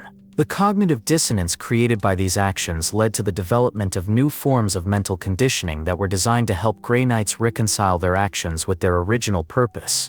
But these techniques were themselves corrupting, creating warriors who were capable of committing atrocities while maintaining their sense of moral righteousness. The desperate innovations developed during this period represented a fundamental transformation of the Grey Knights from protectors of humanity into something far more dangerous and ambiguous. The chapter's leadership justified these changes by arguing that the daemon threat had evolved to the point where traditional methods were no longer adequate, but critics within the imperial hierarchy began to question whether the Grey Knights were still serving the interests of humanity or had become a threat in their own right. The success of the new techniques in combating daemon threats was undeniable, but it came at a cost that was measured not just in human lives, but in the corruption of the Grey Knights' own souls. The warriors who had once been the epitome of purity and righteousness were becoming something darker and more complex, beings who were capable of committing acts of unspeakable brutality, while maintaining their absolute certainty about their moral superiority. The innovations that had been developed to save the chapter from destruction were instead transforming it into something that was perhaps more dangerous than the enemies it had been created to fight. The point of no return came when the Grey Knights realized that their new methods were not just more effective than their traditional techniques, but that they had become psychologically dependent on the power that these methods provided. The bound demons and their weapons, the knowledge gained from demon interrogations, and the authority to implement final sanction protocols had given them capabilities that made them feel godlike in their power over life and death. The corruption was not the obvious taint of chaos that they had been trained to recognize, but a subtler form of spiritual pride that made them believe they were justified in using any means necessary to achieve their goals. The desperate innovations that the Grey Knights had developed in response to the rising daemon threat had succeeded in making them more effective warriors, but they had also fundamentally changed the nature of the chapter and its relationship with the rest of humanity. The warriors who had once been humanity's ultimate protectors had become its most dangerous judges, capable of deciding the fate of entire worlds based on their own interpretation of what was necessary to prevent daemon corruption. The cure had become as dangerous as the disease, and the Grey Knights were too deeply committed to their new methods to recognize the extent of their own transformation. The events that would become known as the Months of Shame began not with a single moment of treachery, but with the gradual realization that the Grey Knights had become something fundamentally different from what they had been created to be. The betrayal was not committed by external enemies or corrupted allies, but by the Grey Knights themselves, who had allowed their absolute certainty about their own righteousness to blind them to the horror of what they had become. The trusted guardians of humanity's soul had transformed into its most dangerous oppressors, and the moment of recognition came when they turned their weapons against the very forces that had once fought beside them as brothers.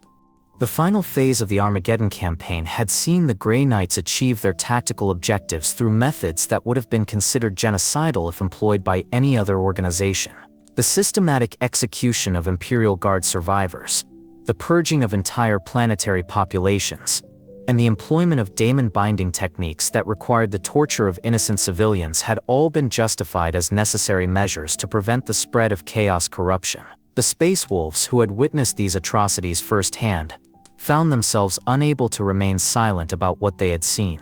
The confrontation between Logan Grimnar and the Supreme Grand Master of the Grey Knights represented more than a disagreement about tactics or philosophy. It was a fundamental clash between two different concepts of what it meant to serve the Emperor and protect humanity. The Space Wolves maintained that the Grey Knights had become the very thing they were supposed to fight against, using methods that were indistinguishable from those employed by the servants of chaos. The Grey Knights responded that their critics simply lacked the understanding and moral fortitude necessary to make the hard choices that the daemon threat required. The first open act of betrayal occurred when the Grey Knights declared the entire Space Wolves force to be compromised by daemon influence, despite having no evidence to support this claim. This decision was based not on any actual signs of corruption, but on the Grey Knights' belief that anyone who opposed their methods must be under the influence of chaos. The logical fallacy inherent in this position was obvious to outside observers, but the Grey Knights had become so convinced of their own infallibility that they were incapable of recognizing the flaw in their reasoning. The purge of the Space Wolves began with surgical strikes against their leadership, as Grey Knights assassins attempted to eliminate Logan Grimnar and his senior officers before they could organize resistance. The attacks were carried out with the same cold efficiency that the Grey Knights had previously reserved for daemon entities, employing psychic powers and sanctified weapons against fellow Space Marines with a callousness that shocked even hardened Imperial officials. The betrayal was made more bitter by the fact that many of the Space Wolves who were targeted had previously fought alongside the Grey Knights as trusted allies. The Space Wolves' response to the Grey Knights' betrayal was swift and devastating. The Fenrisian warriors who had been caught off guard by the initial attacks quickly recovered and began to employ the same tactics that had made them effective against daemon entities.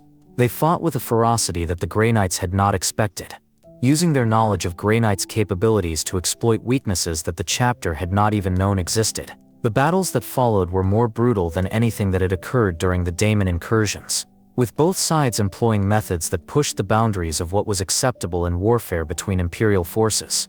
The psychological impact of the Space Wolves' resistance on the Grey Knights was profound and unexpected. The chapter had grown accustomed to absolute obedience from other Imperial forces, viewing their authority as unquestionable and their methods as beyond criticism. The realization that other Space Marines were not only willing to oppose them, but capable of inflicting significant casualties created a crisis of confidence that spread throughout the chapter. For the first time in their history, the Grey Knights began to question whether their methods were actually effective or whether they had been living in a delusion of their own superiority. The betrayal extended beyond the immediate participants to encompass the entire Imperial hierarchy, as the Grey Knights used their influence within the government to justify their actions and suppress information about what was really happening on Armageddon. High Lords of Terra who had previously trusted the Grey Knights implicitly found themselves being asked to authorize measures that they would have considered unthinkable under normal circumstances. The chapter's reputation for absolute loyalty and incorruptibility was used as a weapon against those who questioned their methods, creating a situation where criticism of the Grey Knights was treated as evidence of disloyalty to the Emperor. The most insidious aspect of the betrayal was the way in which the Grey Knights used their knowledge of daemon corruption to manipulate other Imperial institutions. They suggested that anyone who opposed their methods might be under the influence of chaos, using the fear of daemon corruption to silence critics and eliminate opposition. This tactic was particularly effective because it played on the legitimate concerns that Imperial officials had about the daemon threat, creating a climate of suspicion and paranoia that made rational discussion of Grey Knights' methods virtually impossible. The corruption of the Grey Knights' original mission became apparent as the conflict escalated and their methods became increasingly extreme. The chapter that had been created to protect humanity from daemon corruption was now using the threat of daemon corruption to justify acts of tyranny against the very people it was supposed to protect. The betrayal was not just tactical but philosophical, representing a fundamental abandonment of the principles that had guided the Grey Knights since their founding. The internal conflicts within the Grey Knights themselves reflected the broader betrayal of their original purpose. Some members of the chapter began to question whether their methods were actually effective, or whether they had become corrupted by their own success. These individuals found themselves isolated and eventually purged by their own brothers, who who viewed any criticism of chapter doctrine as evidence of daemon influence. The purges within the chapter were carried out with the same ruthless efficiency that had previously been reserved for external enemies, creating a climate of fear and paranoia that made honest discussion of problems virtually impossible. The betrayal reached its climax when the Grey Knights used their psychic abilities to manipulate the memories of Imperial Guard survivors, altering their recollections of events to create a version of history that supported the chapter's actions. This violation of the human mind represented a fundamental crossing of a line that the Grey Knights had never crossed before, using techniques that were fundamentally similar to those employed by daemon entities. The justification offered for these actions was that the truth was too dangerous for ordinary minds to comprehend, but the reality was that the Grey Knights had become so convinced of their own righteousness that they were willing to destroy the very concept of truth rather than admit that their methods might be flawed. The full scale of the betrayal became apparent when reports began to filter back from across the galaxy, describing similar incidents involving Grey Knights forces.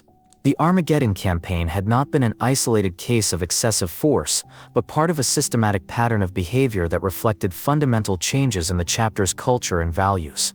The Grey Knights had betrayed not just the Space Wolves, but the entire concept of what it meant to be a protector of humanity rather than its oppressor.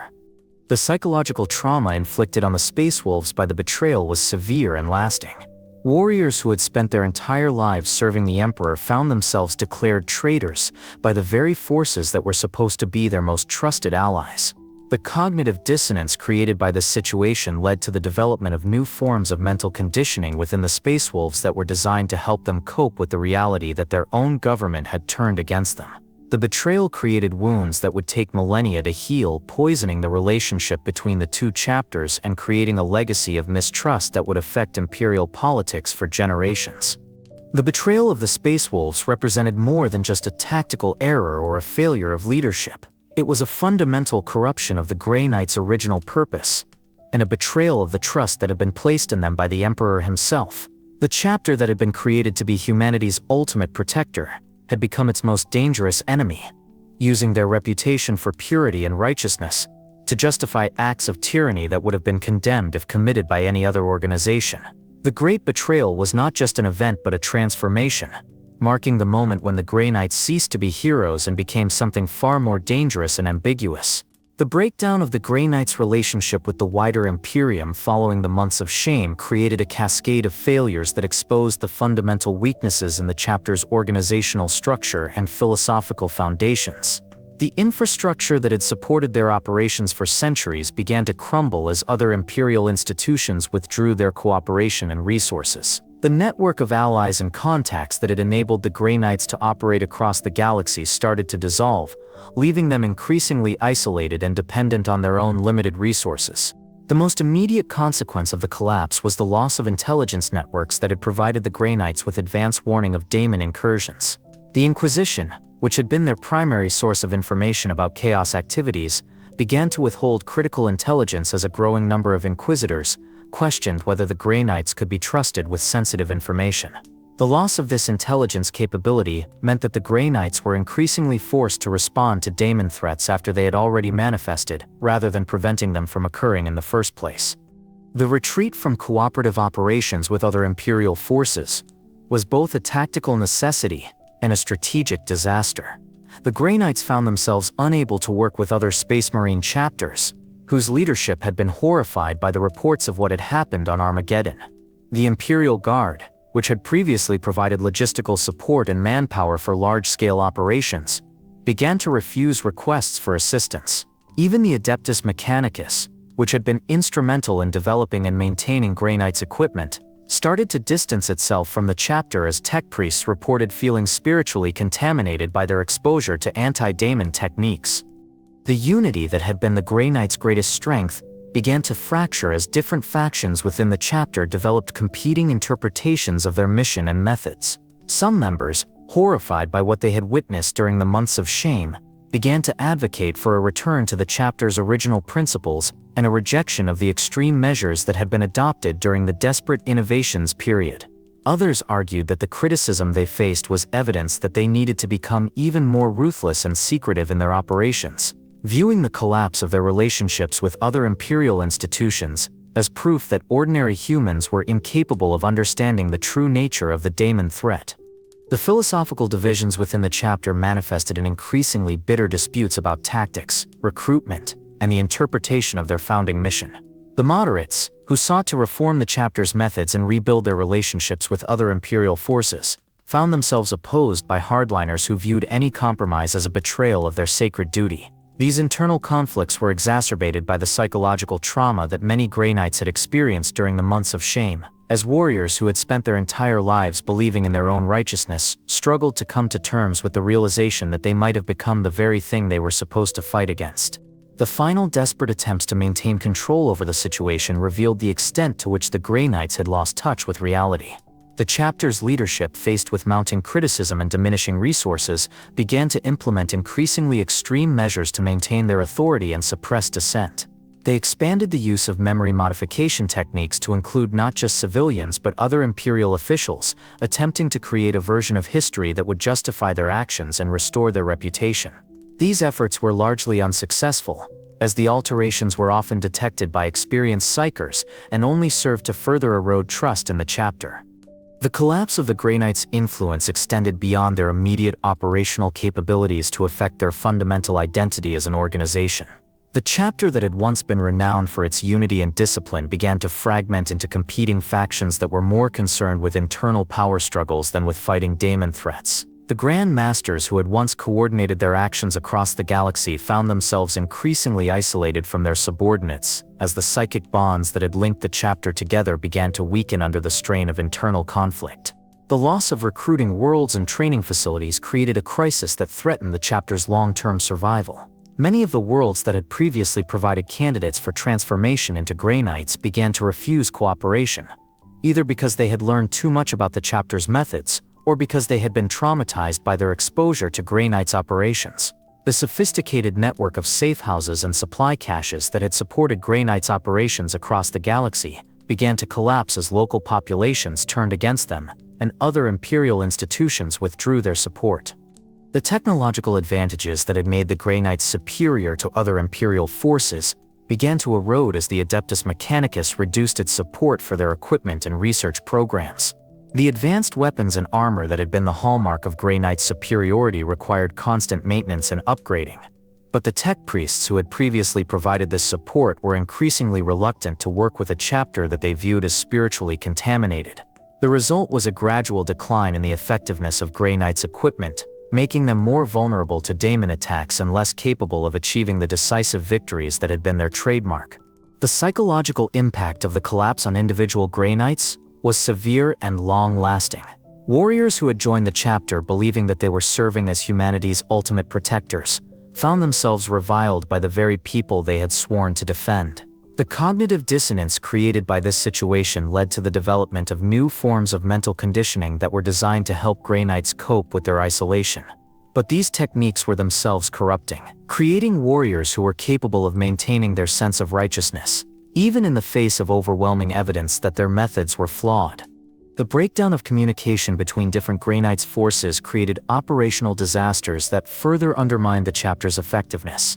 Without the coordinated intelligence network that had previously allowed them to respond to daemon threats with perfect timing, Grey Knights forces began to arrive at the wrong locations, respond to false alarms, and interfere with each other's operations. The lack of coordination led to several incidents where different Grey Knights forces ended up fighting each other, believing that their brothers had been corrupted by daemon influence. The rapid loss of long-held positions and alliances created a strategic situation that was becoming increasingly untenable. The Grey Knights found themselves fighting not just daemon entities, but also the growing suspicion and hostility of other imperial forces. The chapter that had once been able to call upon the resources of the entire Imperium found itself reduced to operating from a single fortress monastery, cut off from the galaxy they had once protected, and increasingly reliant on their own limited resources. The realization that they were losing the larger war against daemon corruption was perhaps the most devastating consequence of the collapse. The Grey Knights had always justified their extreme methods by arguing that they were necessary to prevent the spread of chaos influence. But the breakdown of their relationships with other imperial institutions was actually making the daemon threat worse. Without the cooperation of other forces, daemon incursions were becoming more frequent and more severe. as the Grey Knights lacked the resources and intelligence necessary to prevent them from occurring. The final phase of the cascading collapse presented the surviving Grey Knights with a choice that would determine the fate of their chapter and potentially the entire Imperium. They could continue down the path of increasing isolation and extremism, becoming a rogue organization that was as dangerous to humanity as the demons they fought. Alternatively, they could attempt to rebuild their relationships with other Imperial institutions and reform their methods, accepting that their previous approach had been fundamentally flawed and that they needed to find a new way to serve their original purpose. The choice was made more difficult by the fact that both options carried enormous risks. Continuing their current path would likely result in the complete destruction of the chapter, either through internal conflict or through external intervention by other Imperial forces. Attempting to reform would require them to acknowledge that their methods had been wrong and that they had caused enormous damage to the very civilization they were supposed to protect. The cascading collapse had brought the Grey Knights to a moment of reckoning that would determine whether they could salvage their original mission, or whether they would be remembered only as a cautionary tale about the dangers of absolute power corrupting even the most righteous intentions.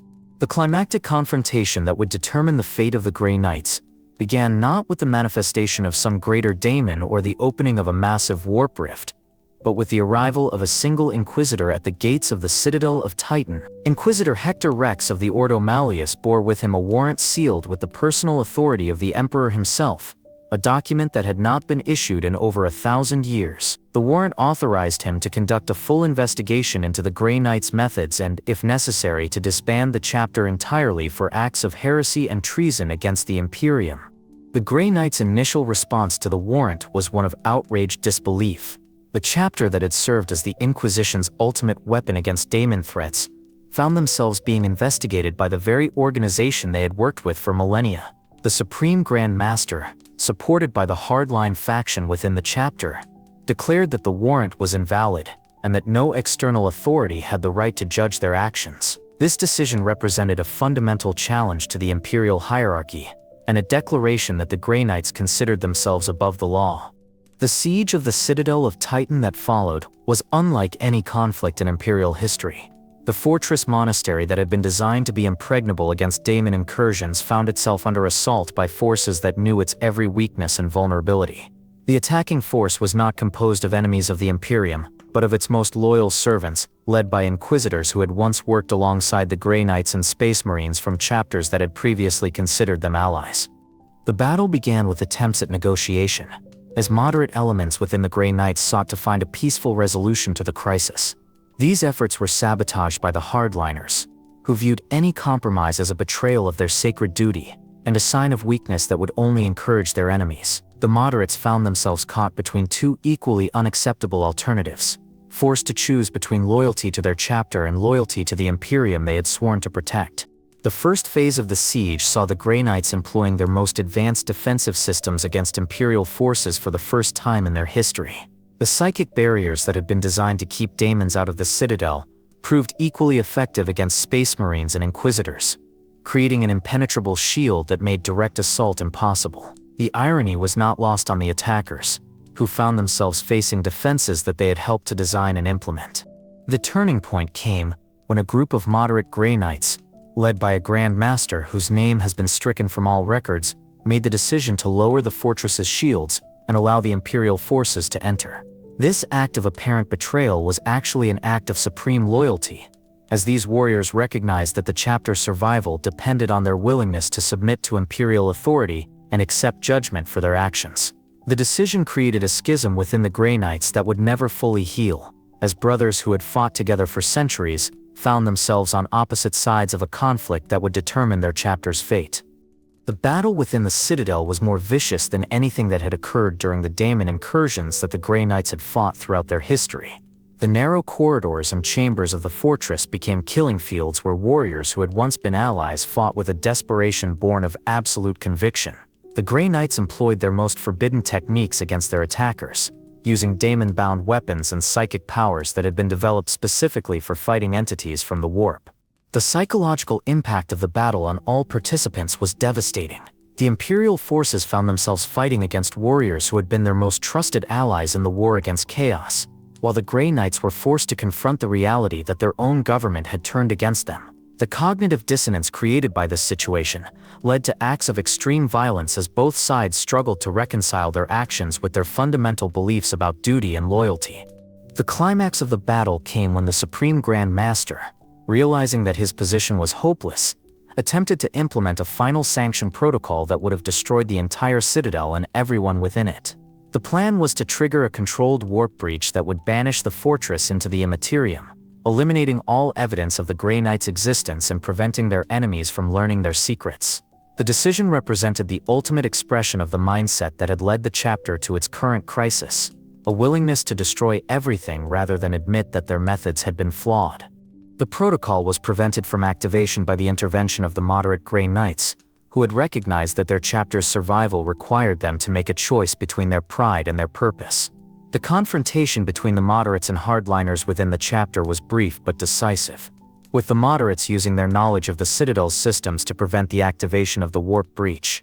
The Supreme Grand Master, faced with the collapse of his final gambit, chose to fall on his own sword rather than face the judgment that awaited him. The aftermath of the battle saw the Grey Knights forced to confront the full scope of their transformation from protectors to oppressors. The evidence gathered during the siege revealed the extent to which the chapter had strayed from its original mission, documenting acts of brutality and excess that would have been considered heretical if committed by any other organization. The moderate faction, now led by a new Supreme Grand Master chosen by the surviving Imperial authorities, was forced to acknowledge that their chapter had become corrupted by its own success and that fundamental changes would be necessary for their survival. The final moments of the siege were marked by a ceremony that was both a surrender and a rebirth. The surviving Grey Knights knelt before the Imperial representatives and formally requested forgiveness for their actions, acknowledging that they had failed in their duty to protect humanity and had instead become a threat to the very civilization they had sworn to defend. The act of contrition was genuine but also strategic, as the chapter's leadership recognized that their survival depended on their ability to demonstrate that they were willing to change. The price of the Grey Knight's survival was the acceptance of external oversight and the implementation of new protocols that would prevent the excesses that had led to their downfall. The chapter would be allowed to continue its mission of fighting daemon threats, but only under the direct supervision of the Inquisition and with strict limitations on their authority and methods. The autonomy that had been their greatest strength was sacrificed in exchange for the opportunity to rebuild their reputation and restore their relationship with the wider Imperium. The battle for the Citadel of Titan marked the end of the Grey Knights' golden age and the beginning of a new era in which they would have to prove themselves worthy of the trust that had been placed in them. The warriors who emerged from the siege were fundamentally different from those who had entered it, humbled by their defeat and forced to acknowledge that their methods had been flawed. The chapter that had once considered itself above criticism and beyond reproach was now subject to the same constraints and oversight that governed every other imperial institution.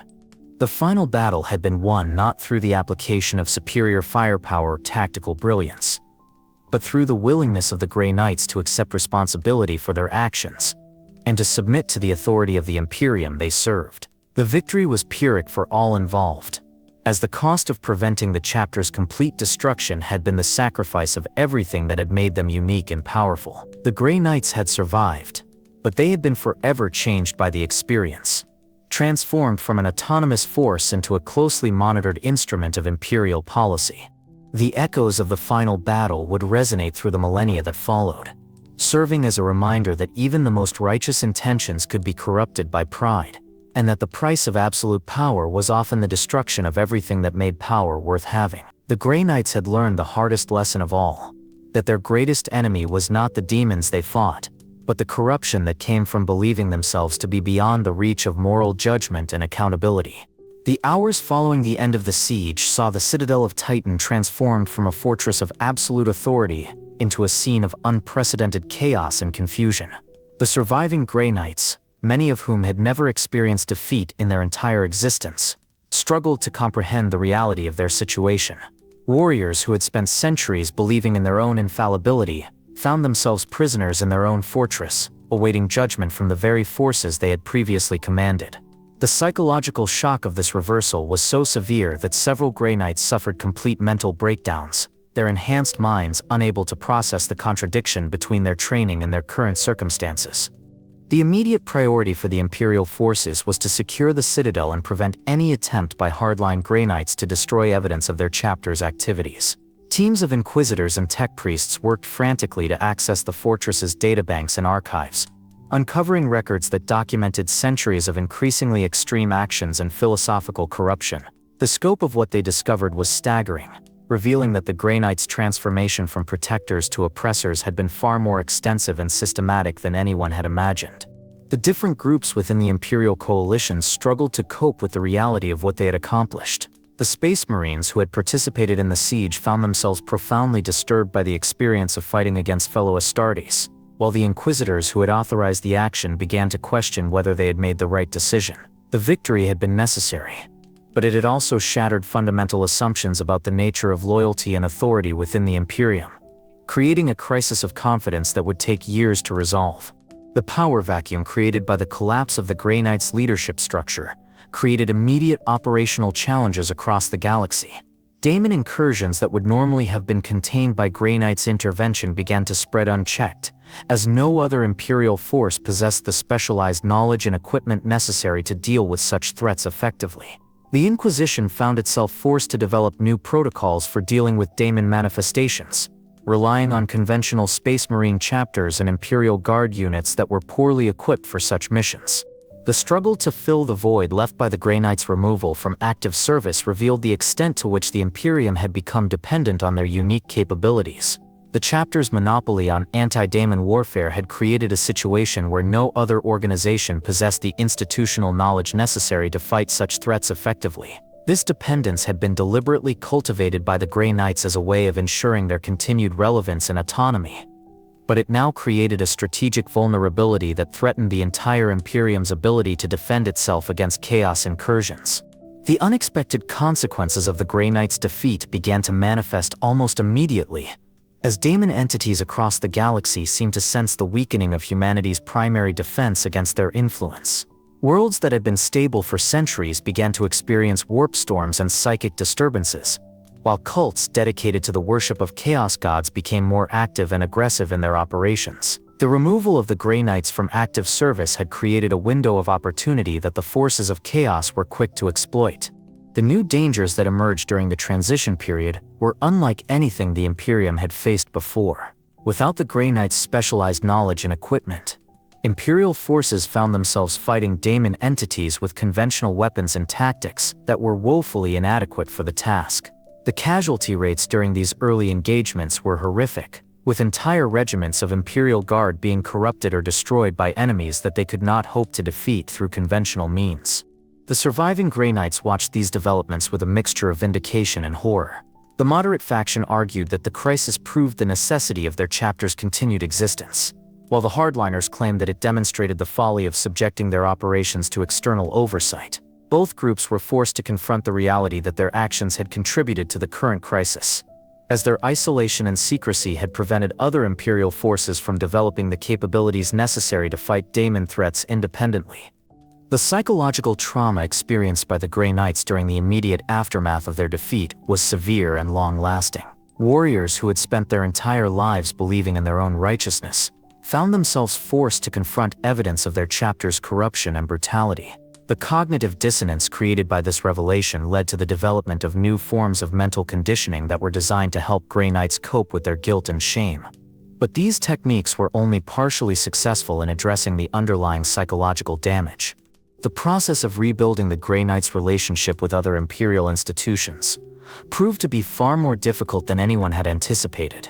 The trust that had been shattered during the months of shame could not be easily restored, as too many Imperial officials had personal experience of Grey Knights' brutality and excess. The new leadership of the chapter found themselves having to prove their good intentions through actions rather than words, a process that would take decades to complete and would never fully erase the memory of what had occurred. The practical challenges of implementing new oversight protocols created additional sources of tension and conflict. The Inquisitors assigned to monitor Grey Knights' operations found themselves working with warriors who resented their presence and questioned their authority, while the Grey Knights struggled to adapt to a system that required them to justify their actions to external authorities. The adjustment period was marked by numerous incidents and misunderstandings that threatened to undermine the fragile peace that had been established. The introduction of new threats during the transition period created a crisis that threatened to overwhelm the Imperial response. Daemon incursions that would have been contained within hours by Grey Knight's intervention now required massive deployments of conventional forces, and resulted in casualties that numbered in the millions. The Inquisition was forced to develop new tactics and strategies for dealing with daemon threats, often learning through trial and error in situations where failure meant the loss of entire worlds. The emergence of new forms of daemon entities that seemed specifically designed to exploit the weaknesses of conventional Imperial forces created additional challenges for the transition period. These entities demonstrated knowledge of Imperial tactics and capabilities that suggested they had been studying humanity's response to daemon threats and developing countermeasures. The Grey Knights' monopoly on anti-daemon warfare had created a situation where the forces of chaos had focused their attention on developing ways to defeat a single type of opponent, but the removal of the Grey Knights from active service had forced them to adapt to a more diverse range of threats. The realization that the consequences of the Grey Knights' defeat were only beginning to manifest created a sense of urgency that drove the Imperial response during the transition period. The new leadership of the chapter, working closely with inquisitorial oversight, began to develop training programs and protocols that would allow other Imperial forces to deal with daemon threats more effectively. This knowledge sharing represented a fundamental departure from the Grey Knights' previous policy of maintaining absolute secrecy about their methods and capabilities. The immediate aftermath of the Grey Knights' defeat revealed the extent to which the chapter's corruption had affected not just their own operations, but the entire Imperial response to daemon threats. The isolation and secrecy that had been intended to protect the Imperium from dangerous knowledge had instead created vulnerabilities that the forces of chaos were quick to exploit. The transition period would prove to be one of the most dangerous in Imperial history, as humanity struggled to adapt to a new reality in which their ultimate weapon against chaos had been revealed to be as dangerous as the enemies it was meant to fight. The technological legacy of the Grey Knights' daemon fighting methods continued to influence Imperial doctrine and equipment development for millennia after their defeat at the Citadel of Titan. The force weapons, psychic wards, and sanctified ammunition that had been developed specifically for anti-daemon warfare were gradually disseminated to other Imperial forces. Though the knowledge of their creation and maintenance remained closely guarded by the Inquisition, the Adeptus Mechanicus, working under strict inquisitorial oversight, established new forge worlds dedicated to the production of these specialized weapons, ensuring that the Grey Knights' technological innovations would survive even if the chapter itself did not.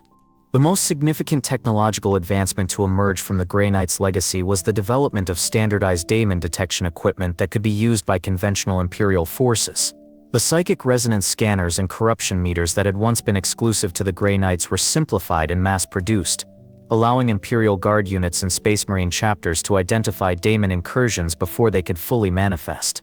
This democratization of anti-daemon technology represented a fundamental shift in Imperial strategy, moving from a system based on specialized elite forces to one that relied on widespread preparation and early detection.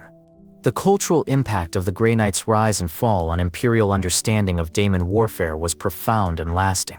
The revelation that humanity's ultimate weapon against chaos had become corrupted by its own success created a new awareness of the dangers inherent in absolute power and unchecked authority. This lesson was incorporated into the training programs of all Imperial institutions, creating a culture of oversight and accountability that had been largely absent during the earlier periods of Imperial history. The phrase "Remember the Grey Knights" became a common warning against the dangers of believing oneself to be above moral judgment.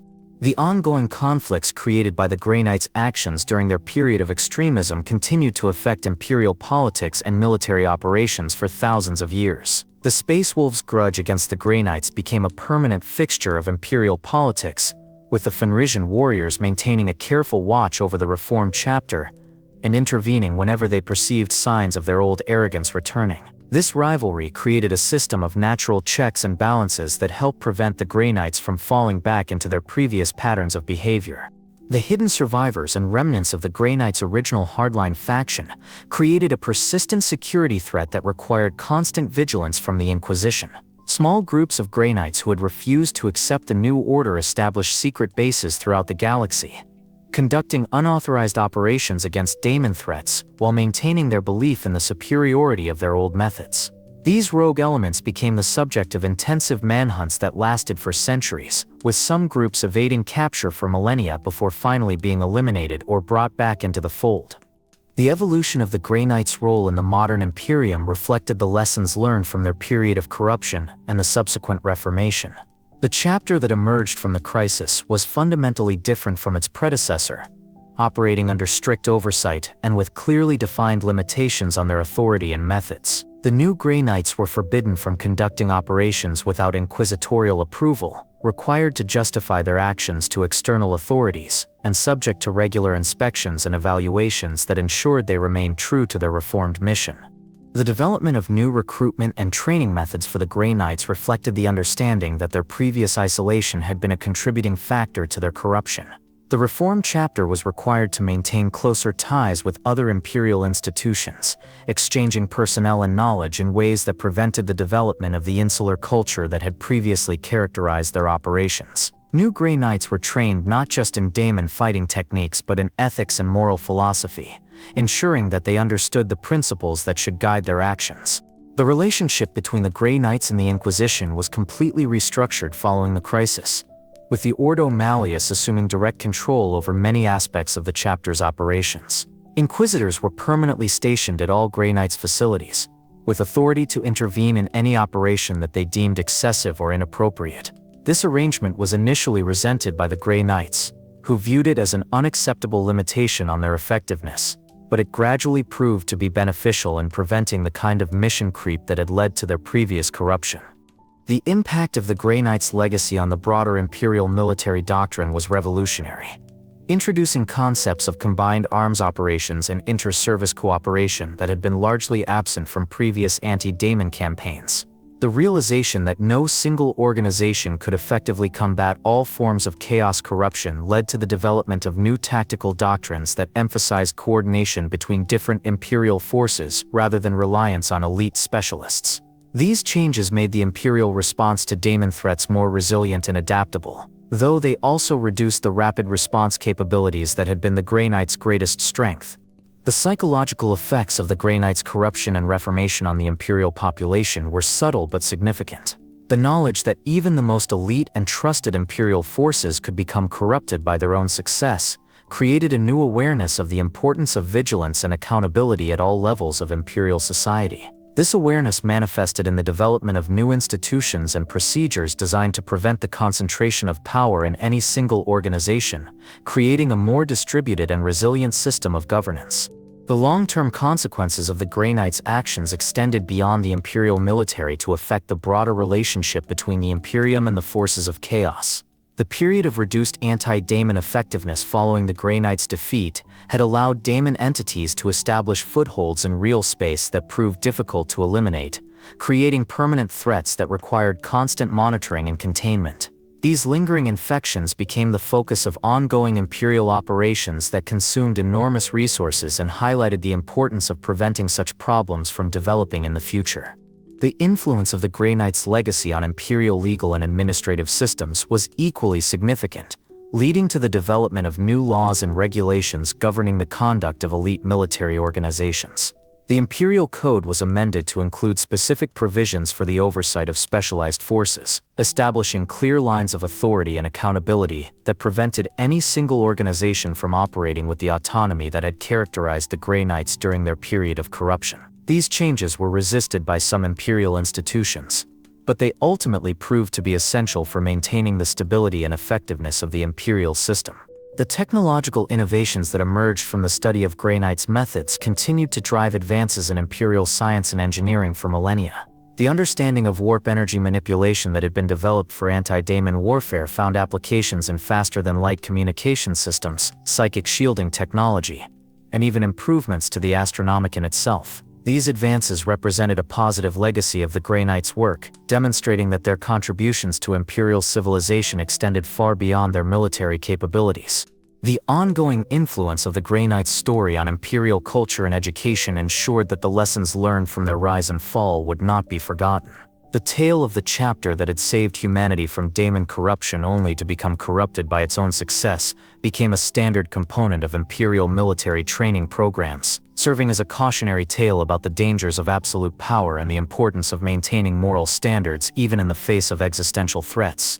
The long-term consequences of the Grey Knight's legacy continued to shape Imperial policy and strategy in ways that were often invisible to contemporary observers, but were nonetheless profound in their impact. The understanding that even the most righteous intentions could be corrupted by success and isolation influenced everything from the recruitment of Imperial officials to the design of military command structures, creating a more resilient and adaptive system that was better equipped to resist the various forms of corruption that threatened Imperial civilization.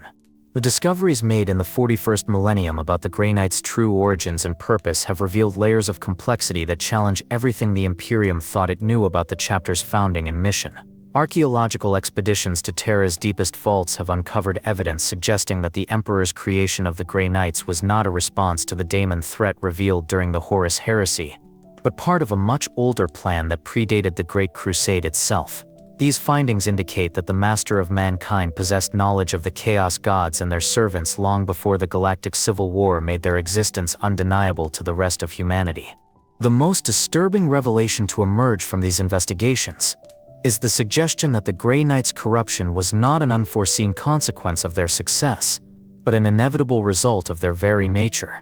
Documents recovered from the Emperor's private archives indicate that he was aware of the psychological and spiritual risks inherent in creating warriors who were immune to chaos corruption, and that he considered their eventual transformation from protectors to oppressors to be an acceptable price for their initial effectiveness. This interpretation of the Emperor's intentions has created a crisis of faith within the reformed Grey Knights, who must now confront the possibility that their corruption was part of their creator's plan rather than a betrayal of his vision. The role of the Grey Knights in current galactic events has become increasingly complex and controversial as the Imperium faces new threats that challenge their traditional understanding of the daemon menace.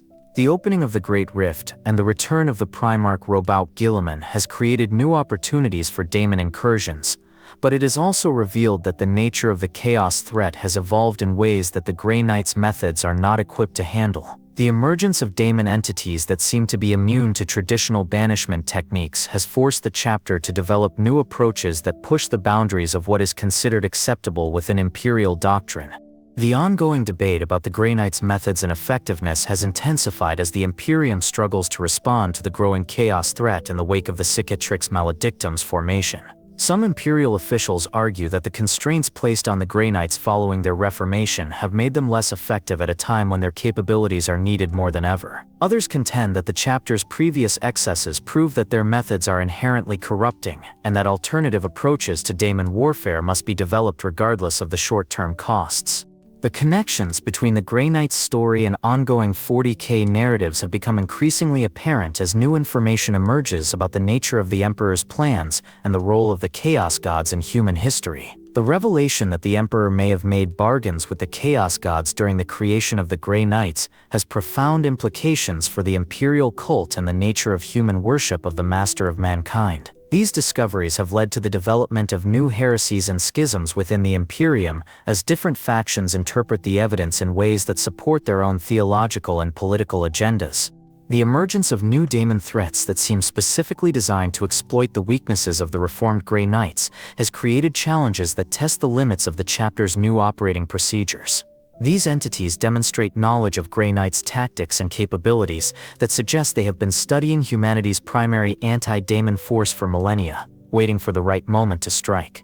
The fact that these threats have emerged in the wake of the Grey Knights' reformation has led some observers to wonder whether the chapter's corruption was itself part of a larger chaos plot designed to weaken humanity's defenses against daemon incursion.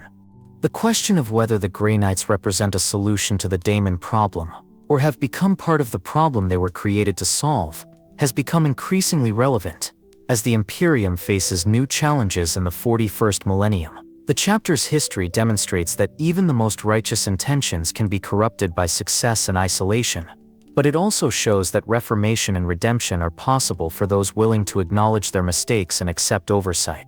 The tension between these two interpretations of the Grey Knight's legacy continues to influence Imperial policy and strategy in ways that affect the entire galaxy.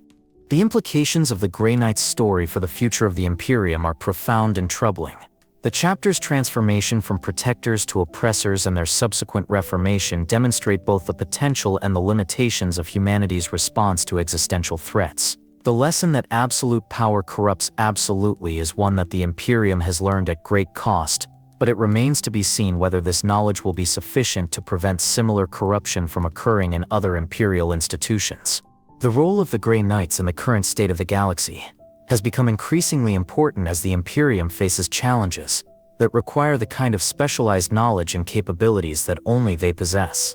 The opening of the Great Rift has created new opportunities for daemon incursions on a scale that dwarfs anything the Imperium has previously encountered, and the Grey Knights' expertise in fighting such threats has become more valuable than ever. However, the constraints placed on the chapter following their reformation have made it difficult for them to respond to these threats with the speed and decisiveness that characterized their earlier operations. The ongoing mysteries surrounding the Grey Knights' true purpose and the Emperor's intentions in creating them continue to generate new theories and interpretations that challenge conventional understanding of Imperial history. Some scholars argue that the Grey Knights were never intended to be a permanent solution to the daemon threat, but rather a temporary measure designed to buy time for humanity to develop more sustainable approaches to fighting chaos. Others contend that the chapter's corruption was part of a larger test designed to prepare humanity for even greater challenges that lie ahead. The question of the Grey Knights' ultimate fate and purpose in the 41st millennium remains unanswered, but the implications of their story continue to resonate throughout Imperial culture and politics. The chapter that was once humanity's greatest hope against the daemon threat has become a symbol of both the potential and the dangers inherent in the pursuit of absolute purity and perfect righteousness. Their legacy serves as a reminder that even the most noble intentions can be corrupted by pride and isolation, but also that redemption and reformation are possible for those willing to acknowledge their mistakes and submit to proper oversight. The connections between the Grey Knight's story and the broader themes of the Warhammer 40k universe are evident in the way their tale reflects the fundamental tension between order and chaos, purity and corruption, that defines the setting. The chapter's transformation from humanity's protectors to its oppressors and their subsequent reformation demonstrates that the line between good and evil is not as clear as it might appear, and that the price of fighting monsters is often becoming a monster oneself. In the grim darkness of the far future, where there is only war, the Grey Knights remain a paradox wrapped in an enigma. They are simultaneously humanity's greatest weapon against the daemon threat and a cautionary tale about the dangers of absolute power. Their story continues to unfold in ways that challenge assumptions about loyalty, duty, and the nature of corruption itself. As the Imperium faces new threats and challenges in the 41st millennium, the question of whether the Grey Knights represent salvation or damnation remains as relevant as ever. A reminder that in the darkness between the stars, the greatest enemy humanity faces may not be the daemons that seek to destroy it, but the corruption that lies within the human heart itself.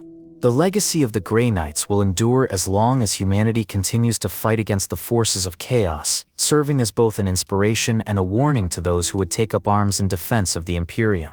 Their tale is one of triumph and tragedy, of righteousness corrupted and redemption earned through suffering, of the eternal struggle between the light of human nobility and the darkness of human pride. In the end, the Grey Knight's story is the story of humanity itself, a reminder that even in the grim darkness of the far future, hope and redemption remain possible for those willing to pay the price for their mistakes and dedicate themselves to serving something greater than their own desires for power and glory.